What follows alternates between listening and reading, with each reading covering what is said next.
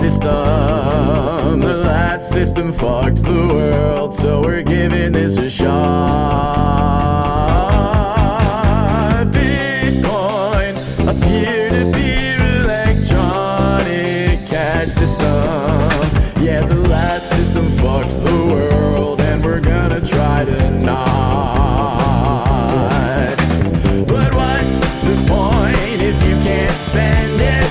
Massive options here, and I think I'm gonna end it. 'Cause digital gold's getting digital, and the dust I have is useless. This was supposed to be a tool for everyone in the world. Not another stock for Wall Street, not another horse for Lambo. Boy, speculators to bet on.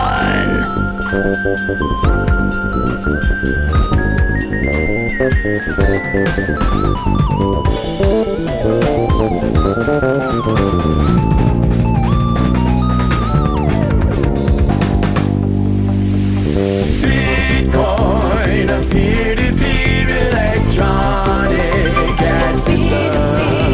The last system fucked the world, so we're giving it a shot. Bitcoin, a peer-to-peer electronic cash system. Yeah, the last system fucked the world, and we're giving this a shot. Bitcoin, a peer-to-peer electronic cash system. The last system fucked the world, so we're giving this a shot. Bitcoin, a peer-to-peer electronic cash system. Yeah, the last system fucked the world.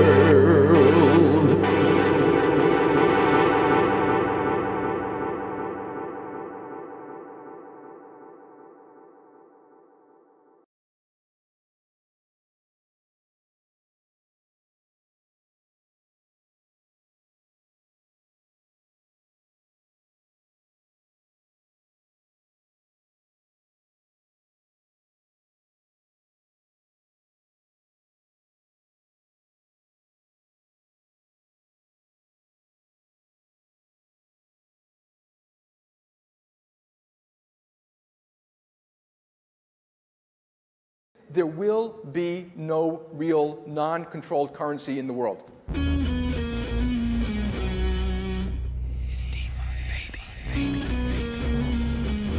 We're coming for you, banks.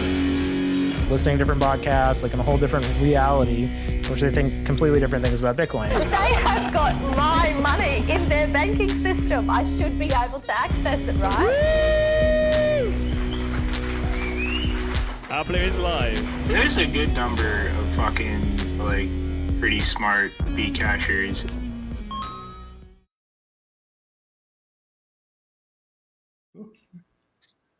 Hello and welcome back to the Bitcoin Cash podcast, following Bitcoin Cash on its rise to global reserve currency. This is episode number 165, a BCH promotion and ZCash pump. ZCash fans in disarray, but Australians prevail.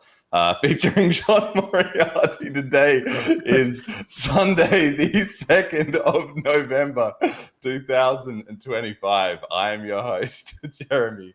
Jet is doing the producing, and BCH is looking good, and maybe not as good as the old ZCash, but we have moved up to rank 13, 1 BCH, $533.44 for 100 megasats, which is up 1 BTC sat buys just over 206.5 BCH sats. We're up slightly on the ratio. 1 ETH, 724 megasats, so big gains by BCH there. Selene 30-day uses 600, and our token, well, that's like 20 a day, every day for a month, actually. Nice. And the token on TVL is at 10,210 BCH. Our guest today, John Moriarty, runs the Bitcoin Out Loud YouTube and sort of general BCH promotional outlet, I guess you could say, which has explainer videos. He's made music videos, which you might have heard in the starting Suits screen, and also will play one in the outro, and has been a dedicated BCH fan for many years. Welcome to the show, John. How'd you get into Bitcoin? Thanks a bunch for having me. Yeah, my intro to Bitcoin, it's all so far back now that even that is a little fuzzy. But it was like 2014 era where I was like, okay, I was on Reddit enough that, I somehow came across the fact that Bitcoin existed, but it was scary. But I did like find a short temporary home in Dogecoin. So I remember like I mined, like 0.3 Dogecoin on my MacBook Pro, my 2010 MacBook Pro, and got, sort of familiar with the ideas and enjoyed sort of the enthusiasm of the community. And it was, I guess, a pretty smooth transition to paying a little more attention to like just the Bitcoin space. Some of my earlier, Bitcoin memories are like, oh, there's this new company, Blockstream, on the scene, and they're like really hyping up this idea of side chains, and it's going to be really cool. So my introduction was pretty slow, and I was a lurker for a while.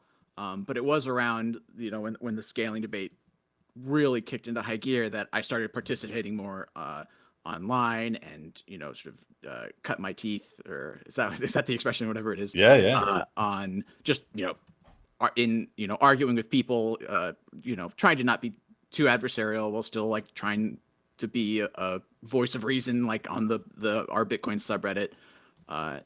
And so that went on for a while, and I was like, the moment the fork happened, I was pretty clearly I was like, yeah, all right. Like I had in my Bitcoin holdings at the time, and still are even, relatively insignificant, or Bitcoin, including Bitcoin Cash now.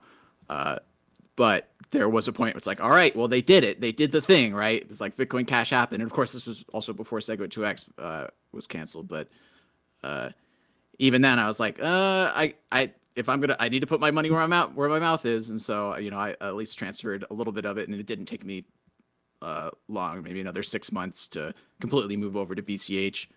But yeah, I mean, it was just my early experience with Bitcoin was mostly just a lot of arguing with people on the Bitcoin subreddit. And that was my excuse to like learn things. So like someone would dump some knowledge on me that like seemed like blatant propaganda, but I couldn't like, I wasn't technical enough. And so, I dug into like, okay, what is really going on with Segwit? Does it really count to call it in the block, or have you really broken the chain of signatures? And I think like you could probably reasonably argue that like, yeah, this was not just a hack, but like maybe kind of a fundamental change in the way Bitcoin works. And so I was pretty confident by the time 2017 rolled around that like, all right, BCH is where I'm going to put my energy. Did you get banned from the subreddit? I did eventually. I stuck around for a while and tried to be a reasonable, again, just a voice of reason, just like challenging unsubstantiated claims or providing links and sources to scaling, like the talks at the Scaling Bitcoin conference. There's a couple good spots in there to like link people to just sort of obsessively. So I spent a lot of time doing that. I did eventually get banned, and or at least temporarily. I'm pretty sure it's permanent because it like went back and forth a couple times. But I ended up getting into an argument with someone I didn't know was a mod. I was just super ignorant. Like, you're somebody who should know the truth. Here, let me explain it to you. And even if it's not like, oh, I think you should know the truth, it's like, here, maybe you haven't been exposed to these ideas. And it like blew up until I got like, just the conversation blew up until I got banned, and like I don't remember if the comments got removed or not. But I sorted away. I ended up making the post to RBTC how to get banned from our Bitcoin by being extremely reasonable, and that was like one of my earlier just like long form posts to Bitcoin Cash subreddits, where it was like, yeah, I really would have liked to like stick around there and continue to be, like I said, a voice of reason or something. But I also like maybe am better off not spending that time. And certainly like as time went on, that became very clear that like our Bitcoin was not worth any investment. It's just like, it's so far gone that there's and maybe I'm like going back sort of on my like original premise, which is like you just got to be a voice of reason. You got to put the stuff out there so that people can see it. But man, was it eventually like clear to me that it's just not even worth engaging there. Yeah, well, that's sort of part of the psyop, right? Is because when it started on obviously the BTC community, the Bitcoin community, as it was at the time, was not really prepared for this type of attack, and for people who were not obsessively involved in everything, or even people who were, it's very easy when the first few people get banned to be like, well, people are always going to get banned. You know, there's always going to be someone being a bit out of line, taking it a bit too far, being a bit too unreasonable or whatever. So it's like, you don't necessarily, in hindsight, you wouldn't have, like we all, I guess, didn't really realize like actually under attack initially. There's a little bit of like drip, drip, drip, and then it started to like ramp up. And as people slowly got the sense of like, well, this is a bit much, like, and then prominent people or posters that had a bit of a rep or that people knew or could see making reasonable points, then they were getting banned.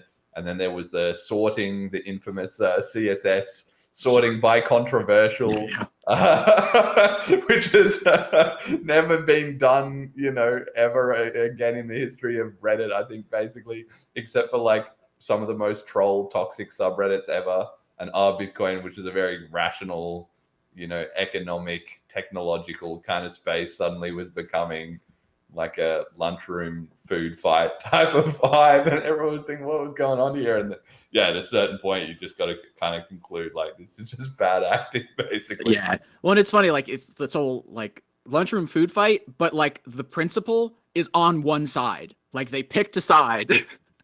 And so everyone gets detention who is just on the wrong side of the food fight. It doesn't matter who started it. Doesn't matter who's right or wrong. You got detention. See you later. That's right. It all wound down. And the Blockstream stuff with the side chains is interesting because at the time, I personally wasn't very interested in that. I didn't find it very compelling. I found it a bit of a, you know, distraction, really. And I know Peter Todd kept talking about tree chains, which was this thing that never went anywhere, but he just said it a lot to kind of make it seem like there was a lot of different options. And then obviously abandoned it once it had served its usefulness. And the same with the Blockstream guys. They were talking about side chains and everything. And then there was maybe a year, more than a year ago, maybe 2 years ago, Eric Wall was talking about, like he did like a retrospective talk where he pulled up those same talks from Blockstream and said like, look at all this shit that they promised that they never delivered. They never did anything. And he is still like a bit lying to himself. Oh, no, they just meant to, or the industry didn't go in that direction, or however he tries to excuse it to himself. But like still to this day, there are people that still believe like Blockstream did not just pull the rug on them with all these fake ideas and stuff, which is pretty incredible. Like you couldn't really get away with that if you were running a company in most other situations. If you were promising, oh, we're going to deliver the best new pasta sauce, and then 10 years later you still had no pasta sauce, people would have like, you can't even get, you know, 12 months runway on a Kickstarter without people being like, where's the new Rolexes you promised? But these guys are they're still there, and they're still interfering in the technical development too. It's absolutely crazy, isn't it? Yeah, it is pretty wild that they've managed to hang on to, you know, the influence that, you know, is now, and I'm sure we'll get to it, like maybe in peril or maybe not really. It's kind of hard for me to tell from the outside, like, but I guess it's only semi-related, but it makes me think of the fact that like a lot of like the stances from like the Blockstream or even just like small block argument side of things, like there's always like a kernel of truth in there that it's like built off of, right? That you sort of philosophically can't necessarily argue against. You have to like get practical, and I think that like at least at the time makes it kind of a little more understandable. And like as time goes on, if you just don't do that reflection, they'll look back and say, have they delivered? What did they promise? Have they delivered? If you don't do that and just look at like what everyone's saying on the surface level, it's understandably really hard to tell like who's quote unquote right. And so I can imagine people that like have not done and not even to say they haven't done due diligence. It's more just like they haven't reflected on like the right things. They haven't like practically said, you know, they might say, oh, well, things didn't turn out that way. Well, it's like, okay, why?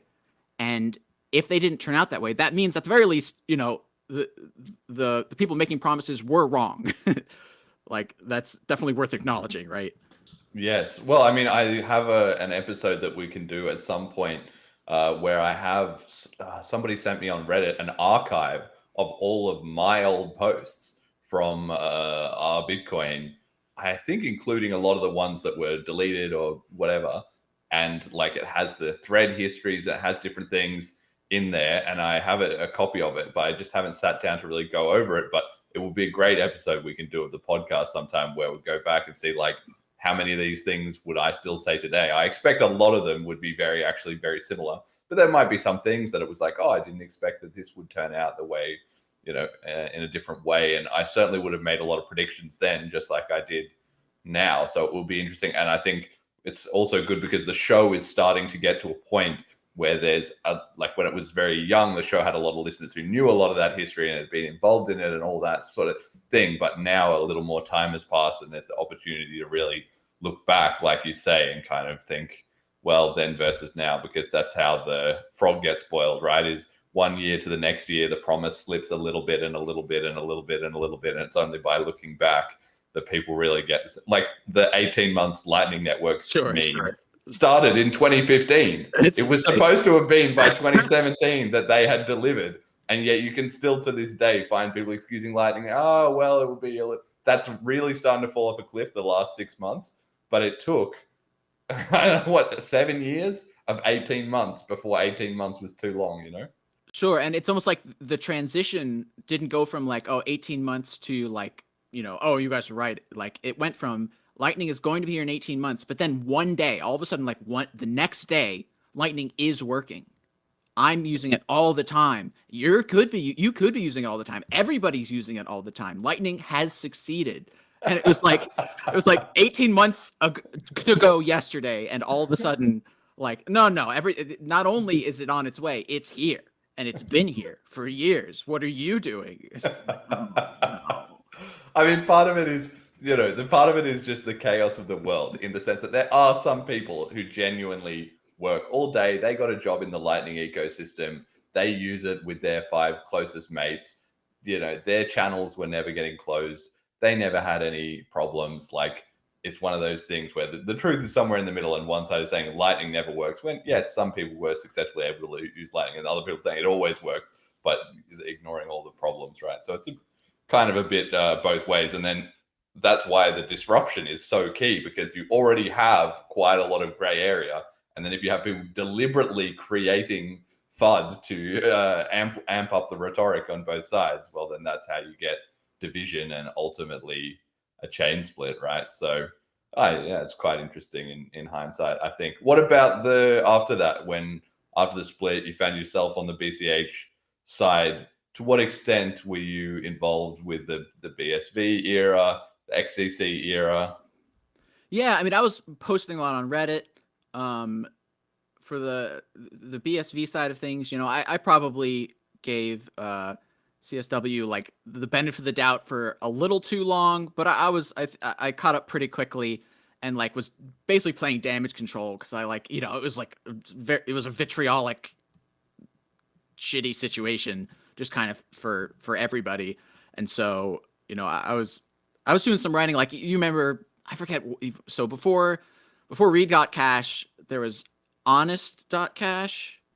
And then even before that, I think there was a different one, but I can't remember the name. Wasn't there the Yours blogs from? Yeah, that's what I'm thinking of. And so I was writing there and did a little bit of stuff on like just talking about like the BSV split in general, or like there was one like shows of like someone who spends a little too much time on social media, but I did like a couple of call out posts where it was just like, this person is like getting a lot of upvotes and everyone's like acting like they know what they're talking about. So here's like 20 examples of them contradicting themselves. Like that sort of thing was like really important to me. I was like, I have something to say and other people are wrong. And here's my righteous fury in the form of at least semi thought out blog post. Right. And so for a while, I considered myself just kind of like a writer. I was like, and I don't even consider myself a particularly good writer, but I figured, I have like high enough standards for writing that I won't like post something if it's still shit. And like that makes it so that like, the minimum quality I feel like for my output is at least like consistently not garbage, which, I felt like was that was something that I can contribute to the community, right? And so one or two of those older articles would eventually get turned into like video essays on the Bitcoin Out Loud channel. So like I think the very first one on the Bitcoin Out Loud channel was talking about the group proposal, but this was like long before it was like a chip or whatever that was like sort of be evolving alongside the PMV3 that eventually became Cash tokens. This was like, it might have even been like around when SLP was activating, and like Andrew Stone was like, well, okay, here's like a possible solution. And this was something that like, I sort of get why now it wouldn't be the best thing, but I kind of took a hard stance and was like, release the client, do it. Because like, how are we going to make a decision without it? And I think that question has been answered in the past couple of years. How are we going to make a decision like without just releasing the client and see what happens? That's the chip process. Thank goodness we've established something. But early on I was like, hey, group, it exists. Let's put it out there, see who runs it. And so that's why like my first video was like, why a group client should be released for the November hard fork. I guess we were doing still 6 months at that point. But that sort of, I made that on a whim, just as like, again, somebody sort of screaming into the void with, what little potential I felt like I had as far as conveying ideas and explaining things to people. But that got the channel started, and I eventually had more to say. And so another early video was like, are miners a trusted third party, or even like a third party as we think of it? And like, these are all like interesting questions that I felt like people didn't have context for when they're thinking about Bitcoin. So that's what eventually got me into like then explaining more technical topics, because I would dig more and more into the technical side of things and be generally pretty fascinated just personally. Like I'm very fortunate that I've been able to work doing so much of this technical communication because I'm a geek about it. I like to say I'm just technical enough to get myself in trouble, but yeah, I guess that's mostly how it started. I'd have to check my channel to even see like, yeah, what are those oldest videos? Maybe I'll bring it up now. Just, but that was kind of it. I just started talking at the camera and writing scripts, and the vast majority of the work I do is writing the script. It's like getting down every sentence so I have zero wasted time, zero wasted words. I like to think that I can say in 3 minutes what would take other people 12. And sometimes that backfires on me because then I end up with an overly dense like bombardment of facts and takes and things that just like I think fly over people's head, and I've made that mistake in my other channels too. Like I do some pretty geeky music theory stuff and music composition videos that also get pretty technical, and I've had a couple videos that just very obviously go over people's head. But even just the act of explaining it and coming up with a script and deciding what I want to say is an excellent opportunity for me to like dig in just a little bit more and make sure like, do I really understand what I'm talking about? Yeah, well, the hardcore sometimes appreciate those things the most. You've got to have a few really dense ones for the hardcore, and then you've got to mix it in with some that are a bit more surface level, for people who are just coming to it for the first time or who don't follow all the ins and outs or whatever. And certainly as a BCH community, we want to have a sort of full stack of that.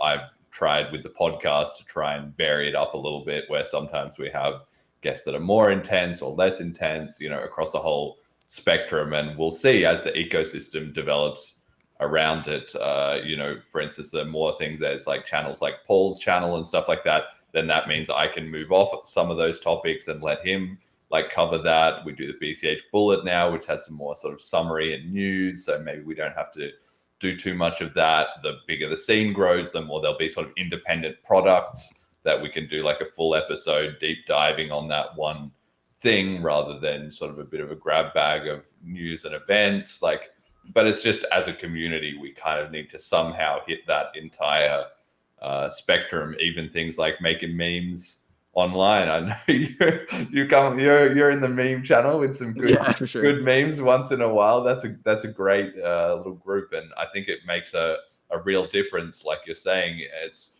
when you're putting stuff out there, you're just putting it out there, and you kind of just shouting into the void a little bit, and you never know who's listening or how much impact it's having, the ripple effect of viewers to your channel. Like I watched, your stuff, and I was definitely thinking about it and was, encouraged to see the BCH community actively producing content and stuff like that. So it doesn't really come back on you until later. Maybe it never does in a lot of cases, but in some cases you only find out about it years later that somebody says, oh, I really learned something from that, or it's led me down this path, right? For sure. Yeah, I'd like to think that, so at least some of the things I put out there, like, got to the right people at the right time. So like after the BSV thing, the whole the eCash split, like there was a point where I think Hidden Auto tried to frame it like there was an anti-ABC mob. It was like that the mob is out for like Omri, and I was just like, that is one of the most bullshit things I've ever heard since the scaling debate. And so like that warranted a video. Just, is there an anti-ABC mob? And like tried to just lay it out, as clear as I could, that any of the claims that that's the case were at best projection, right? But then also like something that I hope made a difference, at least for some people, was like when we were updating the difficulty adjustment algorithm. There was a point where I think it was Imaginary Username who contacted me, was like, can you make a video about the and not specifically about the ACERT or ACERT or whatever it is proposal, but just about like the situation and the current proposals, and like that was a pretty big project. It was just kind of like digging into something technical, finding out the reasons behind the different proposals and like the linear weighted versus non-linear, and then the what do you call it, the logarithmic weighting that ended up being like sort of the most parsimonious solution, and the whole fact that like that's its own sort of interesting, the fact that you only need like the previous target and the next block to calculate it, like that's sort of like a mind-blowing like sort of cryptography level magic that, again, like I'm just technical enough to like understand the implications of these things, but again, like I don't really understand elliptic curve cryptography. I've like watched a video or two and been like, oh, okay, like if I watched that video like 8 or 9 more times, like maybe I'd have some level of intuitive understanding. But that was I feel like an important project, and I'd like to think, like I'm looking at it here, it's got like 680 views, which is, in the grand scheme of things, like absolutely nothing. But I do hope that like, I hope / would like to think that it made some amount of difference in people sort of gauging like, all right, well, what should we actually do? Is anyone providing information? Well, that's kind of where I was. I was like, well, I'll put it out there. I think it absolutely was like an important thing to put out there. I mean, 680 views is a lot of views if it's the right 680 people. That's the Sure. that's the thing about it, So it's not always about the quantity so much as the quality and the impact and the snowball effect, the butterfly effect over times as well too. And it's funny you mentioned that about assert and all that. That's held up pretty well in the sense that even just the difficulty adjustment, I don't know that we've never ever really done a deep dive on it on this show before, but at the time when there was changing of the difficulty algorithm and there was several iterations, right? There was the emergency difficulty algorithm after the split, right? And then there was one other one, I think, the EDAA maybe, and then there was the assert. So it's actually the like 4th maybe difficulty algorithm that BCH is on now, but people in the grand scheme of history that will all be sort of condensed down. But at the time it was actually fairly sort of controversial, and people were taking that very seriously because some people had a sort of sense of originalism to the original difficulty adjustment algorithm. They didn't like that it had been changed at all, and maybe more so the BSV types were like, no, we should have just kind of stuck it out, even though in reality that would have been the death of the entire ecosystem. Right. They didn't Yeah, want to that budge on. almost certainly would have been real bad. Just the potential for a quote unquote chain spiral, like or death spiral or whatever they call it, like was definitely a non-zero possibility. And so like while the emergency difficulty adjustment algorithm like had problems, and like if it turns out like that it was like intentionally done so that miners could like loot the BCH chain like for 6 months or whatever, like that would not be super surprising to me. At the same time, if I had to pick between the emergency difficulty algorithm or just keeping the 2 weeks, I would absolutely take the EDA. Like I think that was sort of a potentially life or death situation, and for the chain, and it makes sense that something had to change. Like we have to say like that there's the possibility that the blocks simply stop coming in, and like that's bad news. So what can we do about it? And unfortunately, the process by which that decision was made was not, healthy or mature at that point. And so it took, like you said, several iterations. We went from the EDA, which like just basically said, oh, if the not if the difficulty, but if like the number of blocks is like we get but in this certain amount of time is below a certain amount, like just take an axe to the difficulty, right? I mean, it was like, smashing the fire axe off the wall and just taking it to the building. It was just like problem solution. And then we got a linear weighted algorithm next, which was better. But what the really and this was just one of the cooler like aha moments that you get from Tumim's article, but then I also covered it in the difficulty adjustment algorithm video, is that like the problem with a linear weighted algorithm is that blocks leaving the window that you're looking at, you look at the past X blocks leaving that window have just as much of an effect on the current difficulty as blocks entering the window. And that causes like little echoes of everything. Every block that leaves that window creates an echo of the difficulty in the present, and so you end up with these oscillations. And this was something that apparently was actually simulated before the change after the EDA. Like it was like there were people who were aware that a linearly weighted algorithm would lead to these oscillations, but unfortunately, due to the process, right, due to the lack of a process, we ended up with still a subpar solution. Something that was an improvement on the EDA that didn't just beg miners to flood into the chain and then leave it and then flood back and then leave it. Okay, that's probably good, but it still ended up with those oscillations, which is just an interesting implication of the technical stuff that you might not really think about. And it's like, and so like, okay, even like, what's the problem with oscillations? Is it really that bad? And okay, so then you get into the fact that like, even if the slow blocks are relatively rare, that's when more transactions happen. More transactions are going to happen during the periods of slow blocks because they take more time. And so like the user experience is just degraded. And, as much as we tout ZeroConf as, a reasonable trade-off security-wise for the vast majority of applications, any amount that you degrade the reliability of that first confirmation, you also degrade ZeroConf. So, that was just kind of a whole interesting technical debate that I was lucky to get to dig into a little bit. I mean, it all got figured out in the end, and that's also one of those areas where once it's fixed properly, and it's just a quiet little secret weapon of BCH. I often feel like, on the BTC side, you sometimes see them saying, oh, they've had to fork to change their difficulty algorithm, and, what a mess, and etc. But now BCH is very resilient to being the minority chain, and it hasn't died off, no matter, what the ratio has been looking like, or the trend, or anything like that.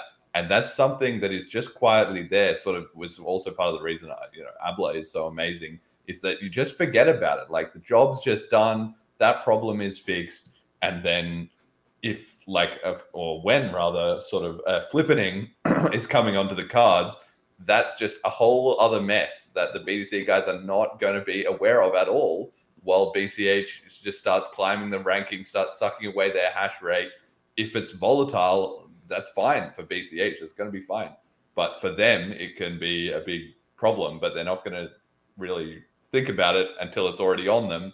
And then it'll just be one more thing to add to the pile of a lot of other issues. But like you were saying, are you a fan then of the 1 minute blocks proposal then? What's your take on that?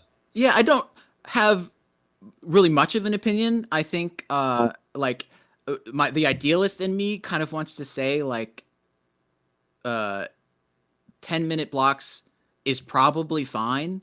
And I don't think changing to 1 minute blocks should change that much. But if practically it does, then it's a good idea, right? I can't rely too much on this idealistic view of how people should think of transactions. If people think of transactions or confirmations, if people think of confirmations a certain way, and the transition period, say between global reserve currency and now is going to be longer than we thought it would, and it's going to require more on and off ramps, or we're going to need to rely more on traditional on and off ramps than we hoped we would. And if in that case, then shorter block times would improve the user experience for those people who, again, ideally would be earning their BCH, but if they're buying it, we do want it to be a good experience. And if we end up with 1 minute blocks, I certainly I wouldn't oppose it. If tomorrow everyone was just 1 minute blocks, we're definitely sure about it. I wouldn't even be that worried about looking into it. I'd be curious about it as to what the arguments are or whatever, but I'm certainly not worried really either way. I don't think it would be the end of the world if we don't switch to 1 minute blocks. And if we do, I'm just sort of interested in seeing what the arguments will be and what the actual practical results will be, because that's a hard thing to test, I guess, right? What tests are you going to run? The difficulty adjustment algorithm, it was an algorithm that you could run. You take the input, you get the output. Here's how the new difficulty adjustment algorithm would have reacted to every scenario that's ever existed for Bitcoin in the past. That's easy to do, but okay, how are users going to or exchanges going to react to a change in block times? Are they just going to 10x requirements?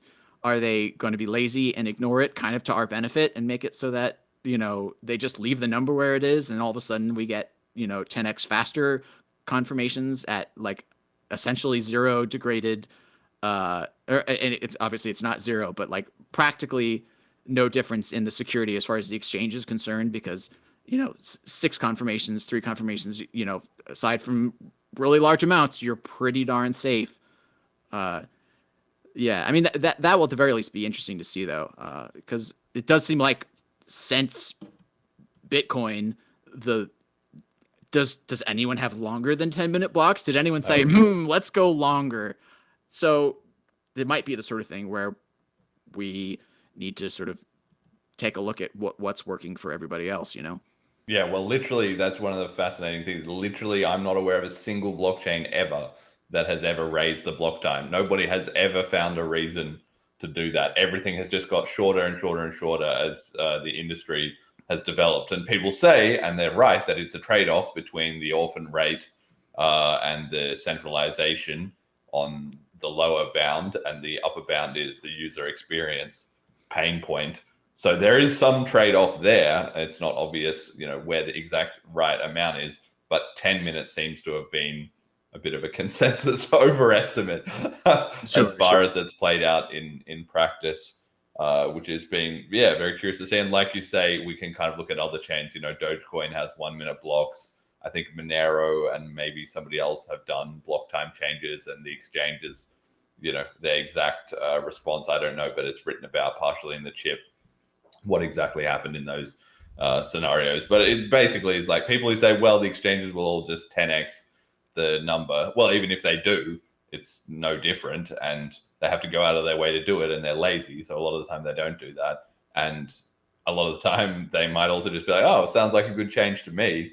As far as I can tell, I can't see a universal 100. I can't see people going out of their way to actively degrade BCH simply because we made a change like that, basically. So even if the exchanges keep everything the same, don't we have the benefit of not having like the variance be on the extreme? So like even if the next confirmation is 4 minutes away, at least it's not 40 minutes away now, right? Like I'll take that. Yeah, that's a good point. I think the variance, it's just a larger sample size, right? You're going to get less variance over a larger sample. And so if you make the sample quicker, you're going to arrive at the average more quickly. Exactly. And you mentioned the XCC guys there briefly in SLP, which is interesting actually, because they just recently had their XCC conference in Barcelona. I was watching some of the videos. They've now published the videos. I especially recommend to everyone the talk by Mathieu, who went there and basically tried to shill them the upgrades that BCH has been making, like Velma and Layla and the cash token stuff and everything, and just saying, guys, like, this is kind of what you want to be doing. But incidentally, it seems, or maybe not incidentally, it seems like they're sort of starting to come to that conclusion themselves a little bit. Tobias Ruck, his talk also, he kind of says, well, guys, I think we might need some minor validated tokens like cash tokens. We're maybe going to need some transaction introspection, etc.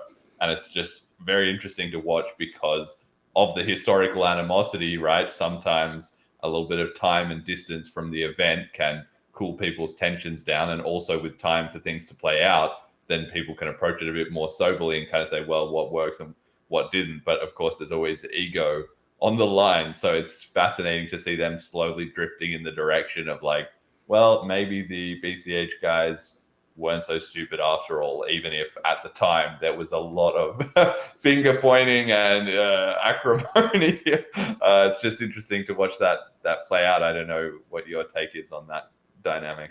Yeah, I guess sort of my one takeaway is just that, like, dang, like it always feels so slow while we're going, but BCH has been absolutely cooking. I mean, like it would be interesting. I don't know if like BSV or is it XCC? XCC, like I don't know, had made strides somewhere. And my impression was like the only thing I ever heard was that apparently there was some improvements to node software that were like recommended, I think originally by maybe Bitcoin Unlimited, that like BSV ended up doing and either had not yet at least made its way into Bitcoin Cash tech. But like other than that, like we're definitely leading the Bitcoin pack. Like, and it's cool that we can be in a position to say like, look, here's what we've done. Obviously it's open source, like you can do it, but it's especially like just, I think, a positive move for someone like Mathieu to go and talk about it at the, you know, Competing Forks conference and just be like, here's what we're doing. You can do it too. It seems to work pretty darn well. And I, on the train of thought of like BCH like has been cooking, like it's interesting like how a couple small things really did open up the programmability of the chain, right? Like it really was like minor validated tokens and introspection that just absolutely exploded what you could do. And even just adding oracles with like check data sig, like that made, you know, BCH Bull possible before cash tokens and before introspection. And so like the number of applications that just that added was apparently significant. But like just being able to say like, hey, what are you doing with the money? And then set rules around that. Like, no, are you allowed to move it or not? Like before introspection, that was it. It was like, do you pass the spending requirement? The you know, can you supply the required, you know, set of information to spend? And if so, you get to do whatever you want. And being able to just say, okay, not only do you have to satisfy these rules, but the spending transaction also has to satisfy certain rules. I mean, that's just like it immediately makes it way more like a financial platform, because like restrictions, like, I mean, I don't know, it almost sounds like negative, like out of context, right? Like, oh, making it so that people can't spend the money they wanted to. But obviously, if you're sending money to a contract, you want that functionality. So for example, if you want a contract that doesn't let you spend more than 10% of the balance per month without, 4 extra trusted cosigners, you can do that now. Like, that's not just cool, it's technically cool, but also like, that's just obviously useful. It's like, oh, you want vaults?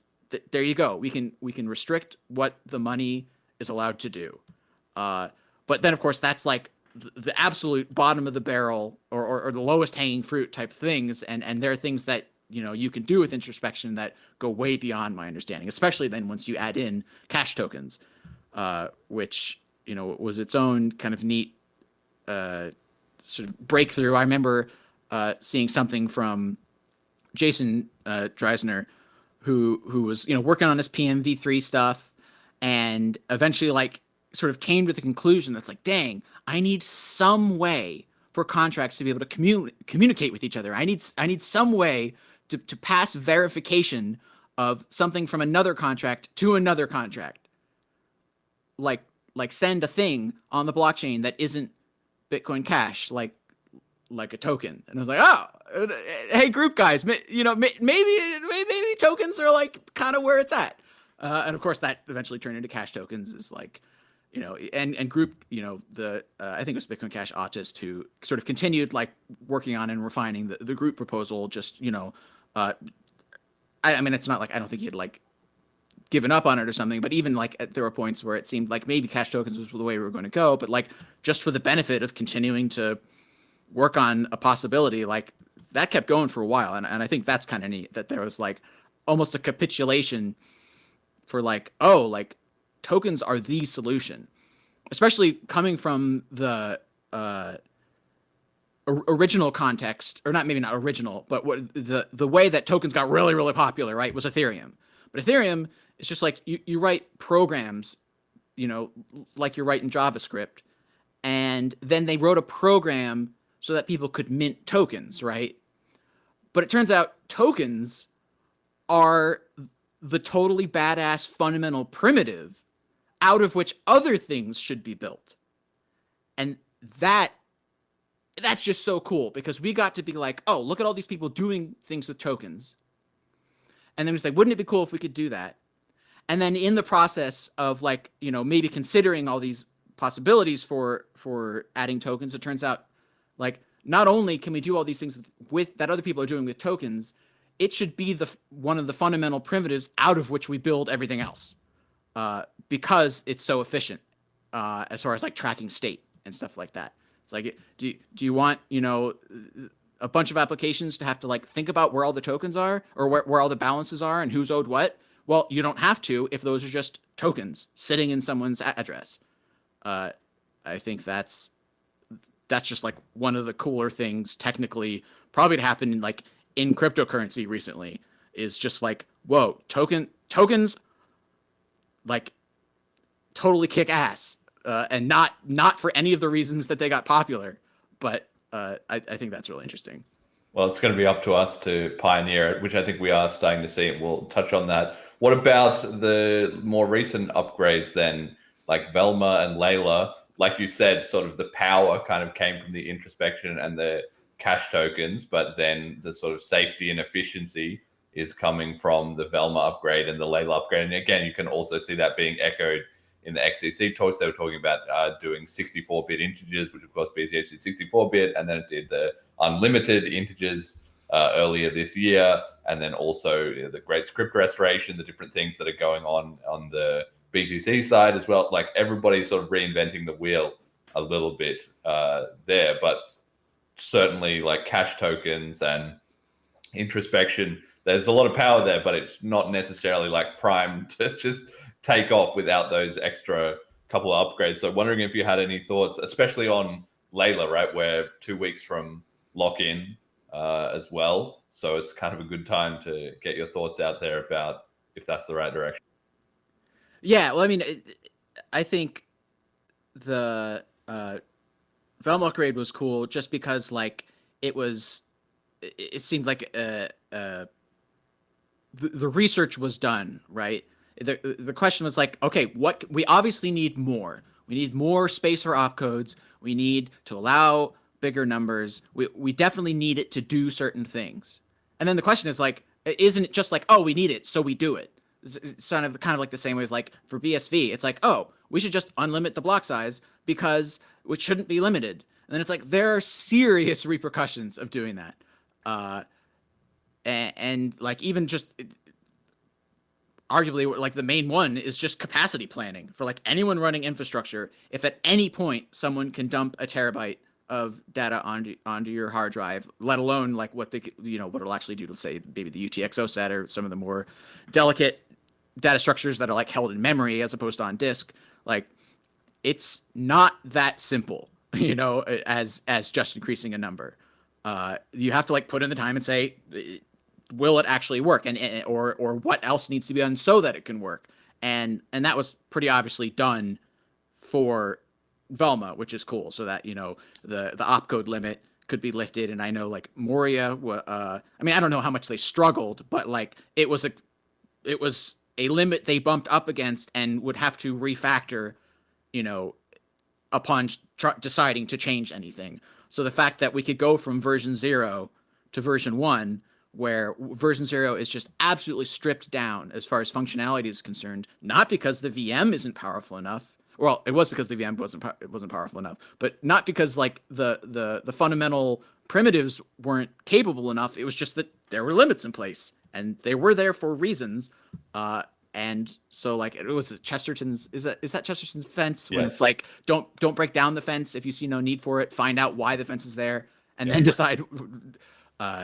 That whole process was, given my not super technical perspective, diligently done. It was like, okay, where can we increase? What are the implications to scaling? And what's sort of mind blowing is that like in the Velma upgrade, not only did we increase limits, we made the worst case scenarios better. That's pretty cool. So like, it's one of those things where it's just like, that's just like, or at least I imagine, like I'm putting, it's like, that's engineering, right? Is like going in and saying like, how can we, if we put enough thought and research into this, we will end up with something better. Because as much as like Satoshi was absolutely cooking with Bitcoin, it's understandable that he didn't like absolutely nail everything on the first try. And the first couple iterations are going to be huge improvements. And so like, Velma, and my understanding is that it wasn't like, it's not so much like the DAA where it's sort of like you can just leave it, but it laid the groundwork to other increases to various variables, things, caps and limits and things. It laid the groundwork for that, for more of that later, as long as the research behind it says that hardware can handle it. And of course, what hardware are you targeting?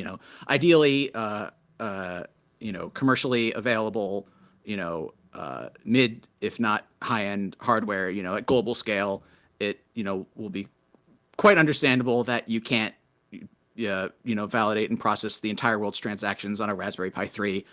But that was neat about Velma, was just that like it's the attack vectors went down. We made a bunch more possible, and the situation for attackers got worse. So that's excellent. And then Layla, so we've got functions, right? Which is obviously just like I've only done a little bit of coding, but I don't know how I would do it without functions.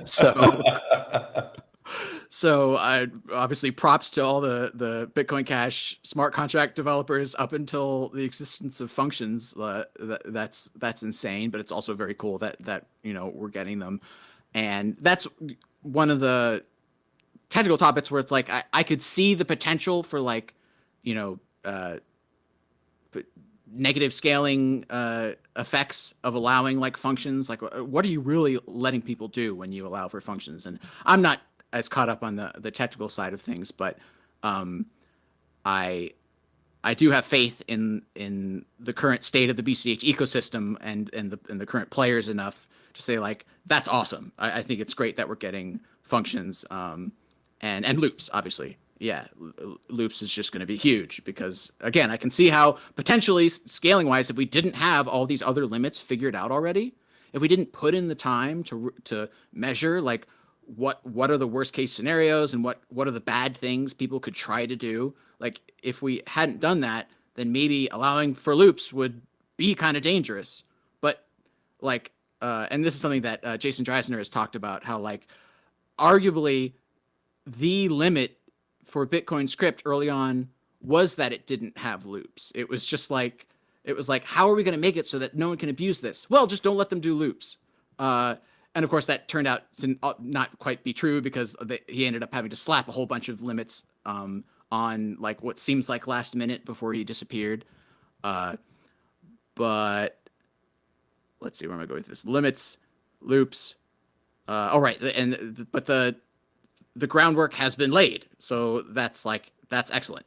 And now I can be that much more confident that like adding functions and loops is not a problem because we've got other things in place that make it so that just saying, oh, there are no loops, it'll be fine, like is both not good enough anymore and not needed. Like we've got limits, we've thought about them very carefully, so now we can let developers do developer-y things without worrying. Yeah, and like you say, it also sets the groundwork for, I mean, the base cost is like 100, and I even suggested that maybe it could have been 1,000 instead, but ended up being 100 just so that there's two whole orders of magnitude that if hardware just suddenly gets a ton better, oh, okay, well, maybe we just change the limits down 10x, drop everything, boom, the chain's 10x more powerful overnight, right? And we won't need to necessarily, like, we already have the groundwork for these are the base cases. Everything's all set up with a consistent system. And so then you're just trying to get one change, one knob, just turn that to the right number rather than a whole panoply of like confused mess, like some kind of, workshop drawer full of little tools and knobs and things like that, And that's sort of, I guess, also reminding me a little bit of this, the same idea with the 1 minute blocks is 1 minute seems to be the good value to shoot for now, but part of the upgrade is explicitly so that then it's just a number that you can change, so that then if in 5 years or 10 years 30 seconds was feasible, well then that would just be like a one-line change. Right, sure. Obviously not for everyone, everybody would need to agree to it, but the actual coding and implementation part would be trivial. So it's very future-proofed. Yeah, well, not even just the coding, but like probably the testing, right? Whatever tools people are and I know Bitcoin Unlimited did like a bunch of stuff about propagation early on and like for like scaling Bitcoin, in the scaling debate and after. But those are also the sort of things where it's like if you build up the tools to simulate and then you gather more data and then like sort of go backwards in time and then just apply like what would this change have done given all the data we have. If you have the tools to answer that question for you, convincing people of the change becomes much easier. And that's like arguably like the article from Tumim about the DAA was almost like it was like the first chip that wasn't a chip that did like a really good job of like putting out there not just the technical requirements, like here's how the change will work. It was like, here are all the options, here are their costs and benefits, and here's the results from simulations that we unambiguously can say this is how it would react to these situations. So not only can we predict the negative effects of the previous DA, but we can, guarantee the behavior of the new one. And those tools are, and even if they're not tools, like the process being established for measuring or even just achieving consensus in and of itself will be better because we'll have done it once. Like that's, I think, particularly valuable. And we like to talk about like flexing our decentralization muscles. I think that's super important, and that's like what the chip process does. So while a bunch of other chains are, floundering in their attempt at a guise of decentralization, like BTC, or maybe are just like centrally planned, it's like straight up centrally planned. Like neither of those is a good situation in the long term. Whereas like we're like people like to say, flexing our decentralization muscles. It's stuff doesn't happen unless it happens. I shouldn't quite say it. It doesn't happen unless it's decentralized. But it seems like Bitcoin Cash has arrived at a relatively stable solution for working out our decentralization muscles. Like we've got a gym, and we've got a workout plan, and everyone else is like, I don't know, like you've seen those videos of people at the gym like doing like absolutely weird bonkers things. It's always rage bait. Like it's never someone. At least I hope most of them aren't serious. But it's like everyone else is like floundering around, and we're like no, we've got this. We've done this before. Yeah, got the right form. Regularly getting in the gym. That's the other thing. I like that the chip process is an annual thing. We haven't had a year yet where there's been no upgrade, but I think that would be quite interesting, and we might see that in the next couple of years, right? Like at the moment, there's only one chip that's under heavy research, I think, which is the 1 minute blocks proposal. Not to say that something else couldn't come up for next year, but if 1 minute blocks is not ready and nothing else comes up, well, then next year will be like a no op, but it will still just be going through the process. And because the VM is now so powered up, I'm sure we'll have plenty of other stuff to be launching and talking about and excited about and everything there as well. But it might also be, maybe the year after or the year after that. Who knows?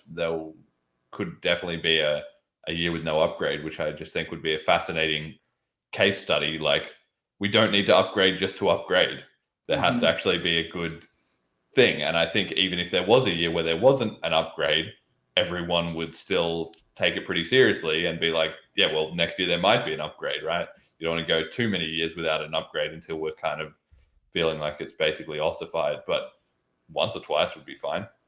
Yeah, and as much as I'm not in a rush, I do agree that like it would both be interesting, and I think maybe like kind of valuable to have that no upgrade, because then at least one more angle of FUD against Bitcoin Cash. Like, they hard forks. Not only they bad, maybe if they're not so bad, you shouldn't do them all the time, and they're doing them all the time, And it's like, I mean, sure, but like it would be cool to be able to say like, actually, we don't always upgrade because we don't always have to. Yes, the UTXO commitments is the one other one. Callan's been showing a bit of research or interest in that, so I also feel like that might be something that might just pick up steam at some point. Also, Jason has his one for he's a bit tapped out, I think, or at least he's told me that he wants to give it a break, but the TXV5 stuff, but like he said, that's a big ask if BCH is not, although he said like maybe if we were in the top 10 and we had enough clout to actually get people properly upgrading at exchanges and all that kind of stuff, it would be worth it. And to be fair, we're at rank 13, so we would need to double to get in the top 10 at least, but we're not, that far off. So who knows how things will change. I mean, obviously you're talking a lot about the chip process, and that's where I want to tie it into this theme of BCH promotion that you've been doing for so long, the Bitcoin Out Loud channel. You have done the explainer videos, and maybe you can give me a little more insight on how you picked what you think was the most valuable to work on with those videos. Was there some methodology to how you found a topic, or what you thought people needed to know about with that? For a lot of the like explainer videos, it was more like I had a burning passion inside me. Like I saw some level of misunderstanding in the discourse and just like took it upon myself, like on my shoulders, like I need to fix this. And not that I necessarily ever succeeded in that, but that was sort of my approach, was just like, there's things need to be said, and if no one else is going to say them, I guess I will. So like, I don't know, like the are the miners technically a trusted third party video? Like that's not particularly like it doesn't like really grab your attention or anything, and that's where maybe some of my videos have lacked a little bit, especially coming from someone who like is supposedly involved in like promotion and stuff like that. But again, I come from more the angle where I'm just like a geek who really wants to talk about stuff, and that's for a lot of it what ends up coming out. It's like what am I currently geeking out about, and or what am I really frustrated about? Because sometimes like there are just like what felt like emergency situations, like there was the video of the DA, but then also the video from 4 years ago, Bitcoin Cash is making cryptocurrency history, where I basically just called out the ridiculousness of the what would become the XEC fork, and I was like, it's you know, with at least a little bit of snark involved, but trying to sort of stick to my not necessarily even just evidence based, but like I don't know, critically thought out reasoning of like, this is why this is total bullshit. But like that was, I felt like also a somewhat important video. And they were nice enough to at least pin it for a little while on the main Bitcoin Cash Telegram channel. And so it got 1.6K views, which again is like not really anything, but given the size of the BCH community is respectful for what is basically a drama video, a semi-technical drama video. But that was also sort of like I like in panic mode. It was like, I always hate to put it that way, but like that's where a lot of my work gets done, is when I'm like, oh my God, like this is terrible. Somebody needs to do something, and I'm only me, so. Yes, well, that's it. Crisis always spurs a bit of innovation. That's how humans are in general. But also, I ended up doing like some interviews and stuff, and that was me sort of branching out and into other content. And this was a little after, like I worked with Bitcoin Unlimited under Paul, I forget, Singularity, and so that sort of let me dip my toes into like the interviews side of things. And so the Unlimit podcast was a great experience for me, and I got to talk to some cool people, and I think that's where I first interacted with Saqib Noor, the guy behind Surgery, and also working with General Protocols, and that was it was just very cool to like be able to talk to people who are building something, and like obviously their familiarity with BCH varied a little bit. It was a lot of with at least cryptocurrency adjacent and aware people, but like that talk with Saqib was sort of at I had a little bit of an idea of what I was getting into, but like that kind of blew my mind. And so I did want to do more of that, and I haven't done much of it recently, but there were some, you can check all this out on my on the channel, just scroll through all the videos. And this is why I also feel like, it's my videos, my video topics and format is a little too scattered for like the algorithm to really like me, even if, maybe BCH is like shadow banned everywhere anyway, and so it doesn't matter. Yes, it definitely is.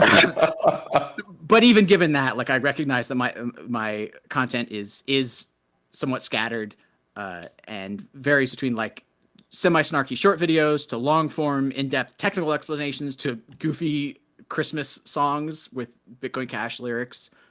Tell me about the music. I'm fascinated about that. We use your song, the "Bring Me Home for Christmas," on the Christmas episode every year.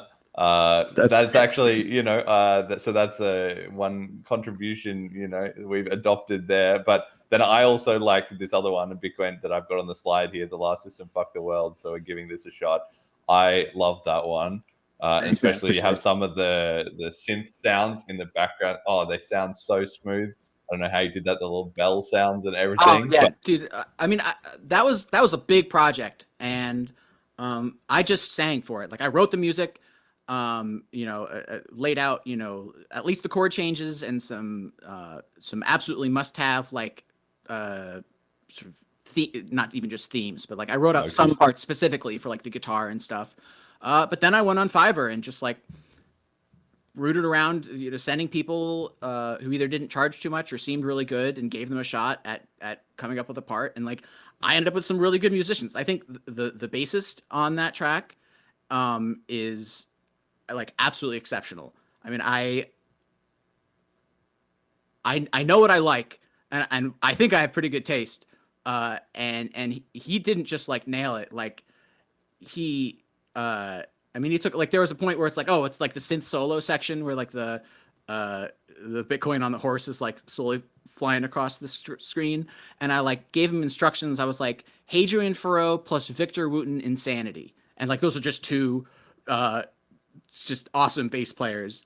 And I don't know how he took those words and did exactly what I wanted him to, but he did. So that was awesome. But the keyboard he did the synth work, and he did the little bell sounds. And to him, like my input was just like, you know how, like, have you watched any of Bill Wirtz? He did like the history of the world, I guess. So it's like the history of the universe, but like broken up into little musical snippets. And he just has like cute little synth interludes, or not even interludes, like little riffs that just happen almost like once in the whole, like they don't show up again. And they're super tasteful. And I was like, can you just make it sound like Bill Wirtz? And again, he absolutely nailed it. I think he did the synth solo. Like I did a shitty version of the synth solo, because I got a melody in my head, and I was like, man, I almost hate to ask someone who's really good at keyboard to not just improvise, but I really like this little idea. Can you make it sound good? And they did. They took, like, I was like, and then I, like, obviously the was not notes or written out. I was just like, that's kind of how I want it to go. And then they did it. And so that was very cool. The backup vocals, I think she did a really good job. That was another situation where I sent her like a pre-written, like, this is what I came up with. Please record this. And then also, please do whatever you think would sound good, and also send me that. And I ended up using both of them, like, just on top of each other, because I thought it was like, oh man, you did something cool, and I did something cool, and they don't clash with each other at all. They just layered right on top of each other. So, yeah, that, like I said, that was a big project. And then the animation, of course, is not. I mean, the whole process of getting to the visual side of things is not my strong suit. Like I said, I think I have pretty good taste in like writing, and I think like my musical writing is also pretty good. But then when we get to the visual, I have just like very basic ideas, and that was a lot of work going back and forth with somebody to like get the visuals at least where I wanted it to. Like, but they also ended up doing a really good job. Like, even just the graphic that's on screen there, it's like, all right, you got the money press, it's flown on a machine, out come tanks. What's the argument you're making? Money printing bad, wars. Like, I felt like that was a pretty effective visualization for, like, Bitcoin, a peer-to-peer electronic cash system. The last system fucked the world. How did it do that? Look at the screen. you got green dollars and you got tanks, and that's bad. Tanks are bad, Yeah, it's amazing. Like you say, sometimes, a lot of the time, creative people, they're just so amazing at what they do. And even as you said, this is not like necessarily world-class musicians or somebody playing to packed out stadiums, even just somebody on Fiverr who just loves that thing and knows that genre in depth and whatever, then boom, you give them a little rope to play with, and before you know it, you've got something really incredible. I mean, I think Bitcoin as a whole is also just a proof of that, despite being as technical and mathematical as it is in some aspects. It's also just such a home for creativity and innovation in an artistic sense, not so much a scientific or rational sense. And I think we're going to see more and more of that as time goes on. NFTs throughout the crypto ecosystem really did bring a bit of that flavor, even if there was quite a lot of financial scamming involved, but it did a good job of bringing that into the scene. And I think we're going to just see more and more of that in general. Like I've said it many times, I was mind blown that people were as enraptured with the Jessica NFTs that we did, and just tying that to the ABLA and just the effectiveness, like cash tokens, even though we had luckily crowdsourced a really good logo for that and stuff, like it just didn't resonate as much. And maybe BCH also, its promotional game was not as good, but it took months and months and months of cash token. But the Jessica and the ABLA stuff, like we did those AI arts and then made it the tickets for bliss, and then I'm just on Reddit in like these random subreddits with people talking about crypto, like, oh yeah, did you hear BCH is doing this upgrade? And I'm thinking, how the hell did these people find out about it? But that just goes to show with something that catches the vibe of the moment, or that appeals to the ineffable human sense of creativity or imagination, and it just resonates a lot more. So I'm really hoping that we can bring a lot more of those type of people as well into BCH as time goes on, and that will happen as the monetary sort of network grows, I think, right? Sure. And I think like in addition to just like, I mean, this is part of the monetary network growing, but like you need profitable businesses to hire creative people, right? I mean, I'm part of an extreme minority of people who want to make music about Bitcoin because I like Bitcoin so much and I'm a musician. But like, as the ecosystem grows and, you know, people actually have profit motive to becoming viral or at least, you know, doing their own level of promotion, like that's absolutely going to require creative people. And so, yeah, I look forward to, you know, the constant two-way feedback mechanism of people being more creative and that bringing more people to BCH and that creating more opportunities for creative people to contribute. And you used to do these videos, the BCH network discussions, but they sort of petered out at one point or another. That was more, I don't know how to describe it. I mean, people can go back and watch them to see what they were like, but it was sort of like in the pre-cash tokens era, getting a lot of the node developers from different teams all on a call together and sort of, yeah, kind of hashing it out, sort of somewhat reminiscent of like the ETH core devs type of calls. But somehow I don't know what happened, why you stopped doing them, but they don't, like, they might have served their purpose for that moment in time, if you know what I'm saying. Like, we haven't had any problems without having something like that in the last couple of years, which I find quite interesting because intuitively you would expect that we would. So I don't know if you have any thoughts about that. Yeah, well, you know, it's interesting that like that was during the sort of the almost like formative period of Bitcoin Cash trying to establish like what is our consensus process, because like we realized that, like, I don't know, leaving it up to incentives and then like having miners just like not make decisions and be influenced by shitty public discourse, that was obviously a bad option. That didn't work out super well for us. So like that was like part of the exploration of like, okay, well, what's going to work? And I wasn't even like particularly involved in the sort of formation and ideation around the network discussions. I was just sort of semi-involved and then was like, yeah, I'd absolutely host it. But I do think that there's something, I don't want to call them like a complete failure or anything, but I do think in the process of doing them, I at least sort of arrived at the conclusion that it wasn't actually adding a whole lot of value, because like it was an opportunity for one person to sit there and talk for 5 or 10 minutes, and then for other people to like, you know, take turns maybe asking questions, but like what sort of my takeaway from the BCH network discussions was sort of like there wasn't anything going on there that couldn't or shouldn't happen elsewhere, probably more efficiently.